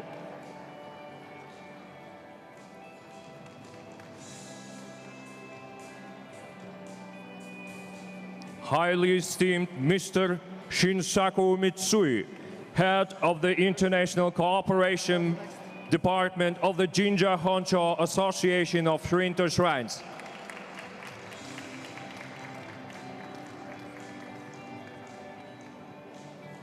Mrs. Anna Pavlyuchenko, advisor to the High Representative for the United Nations Alliance of Civilizations.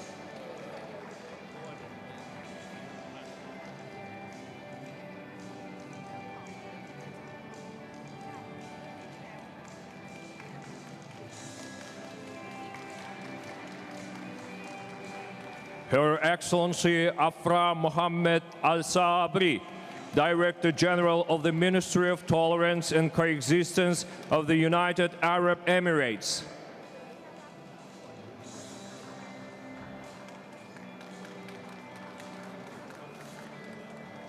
Congratulations.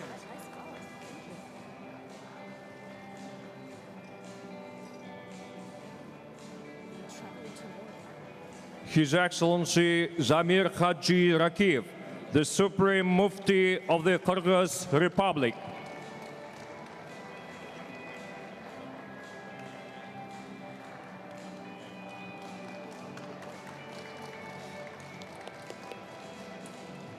His Excellency Nauruzbay Qajataganulu, the Grand Mufti and Chairman of the Muslim Spiritual Board of Kazakhstan.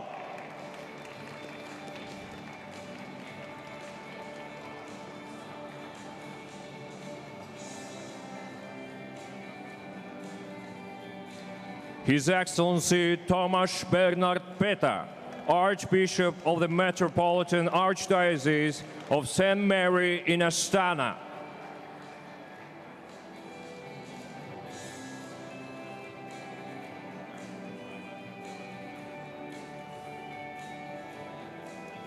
His Excellency Rabbi Yeshayahu Elazar Cohen, Chief Rabbi of Kazakhstan.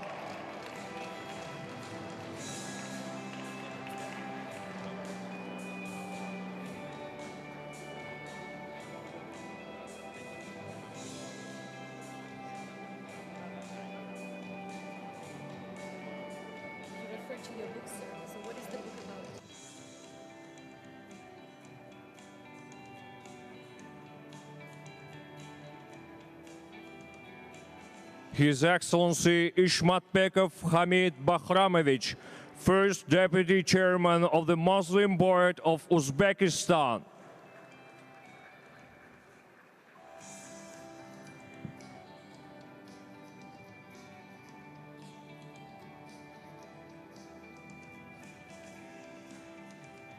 His Excellency Rabbi Mark Schneier, President of the Foundation for Ethnic Understanding.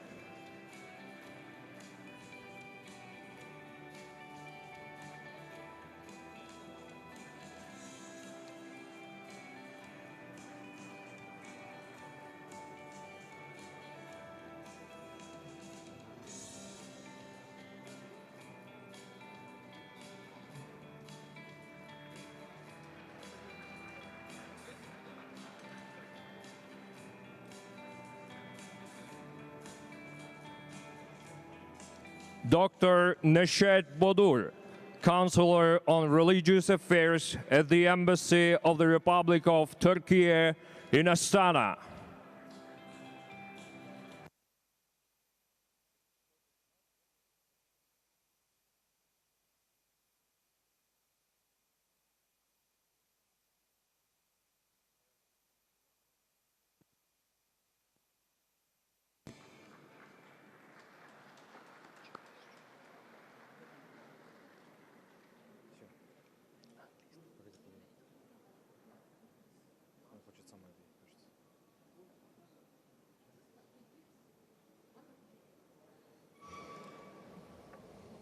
Еще раз поздравляю. I would like to once again congratulate the participants of the Secretariat who received the awards. I wish everyone good health, prosperity, and further success in your responsible spiritual service. Your Excellencies, distinguished guests, the session of the Secretariat of the Congress of the Leaders, World and Traditional Religions is coming to its end, and we have exhausted all of the items of our agenda. In 20 years of our work, the Congress has served as a reliable platform for a dialogue, and the declaration, the concept note for 2023 through 2033 adopted at this session will pave the way to the new stage of the work of the Congress. Congress strives for peace and stability, and it is aimed at settling down the contemporary conflicts and challenges, and it continues to make a significant contribution. We, in turn, would like to express our appreciation to the leaders of world and traditional religions. Thank you for your support of Kazakhstan. The inter-religious and inter-civilizational dialogue shall be promoted even more and developed, and will spare no efforts in order to make this happen. Dear participants, I would like to thank all of you for your constructive contribution to the work of the Secretariat. Now, on behalf of the Secretariat, I would like to declare the 21st session closed.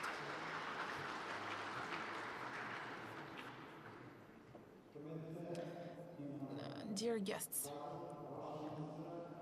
we would like to convene on the first floor for a group photo. Today at 5:30 p.m. here in the Palace of Peace and Accord, we will be able to witness the solemn opening ceremony of the Center of Muslims, and we would like to invite all of you to this opening ceremony. Thank you very much for your attention. Of the 21st session of the Secretariat of the Congress of Leaders of World and Traditional Religions, we invite you to the joint photographing, which will take place on the first floor of the Palace of Peace and Reconciliation. Құрметті әлемдік және дәстүрлі діндер лидерлер съезінің 21-ші хатшылығы отырысының қатысушылары. Сіздерді жалпы суретке түсу үшін бейбітшілік және келісім сарайының 1-ші қабатына шақырамыз.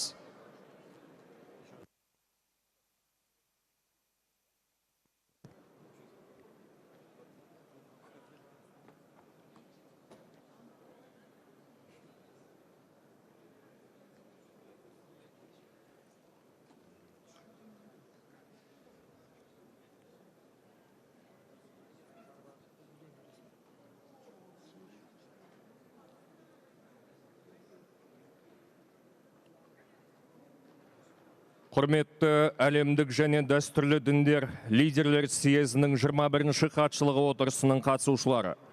Сіздерді жалпы суретке түсу үшін бейбітшілік және келісім сарайының 1-ші қабатына шақырамыз.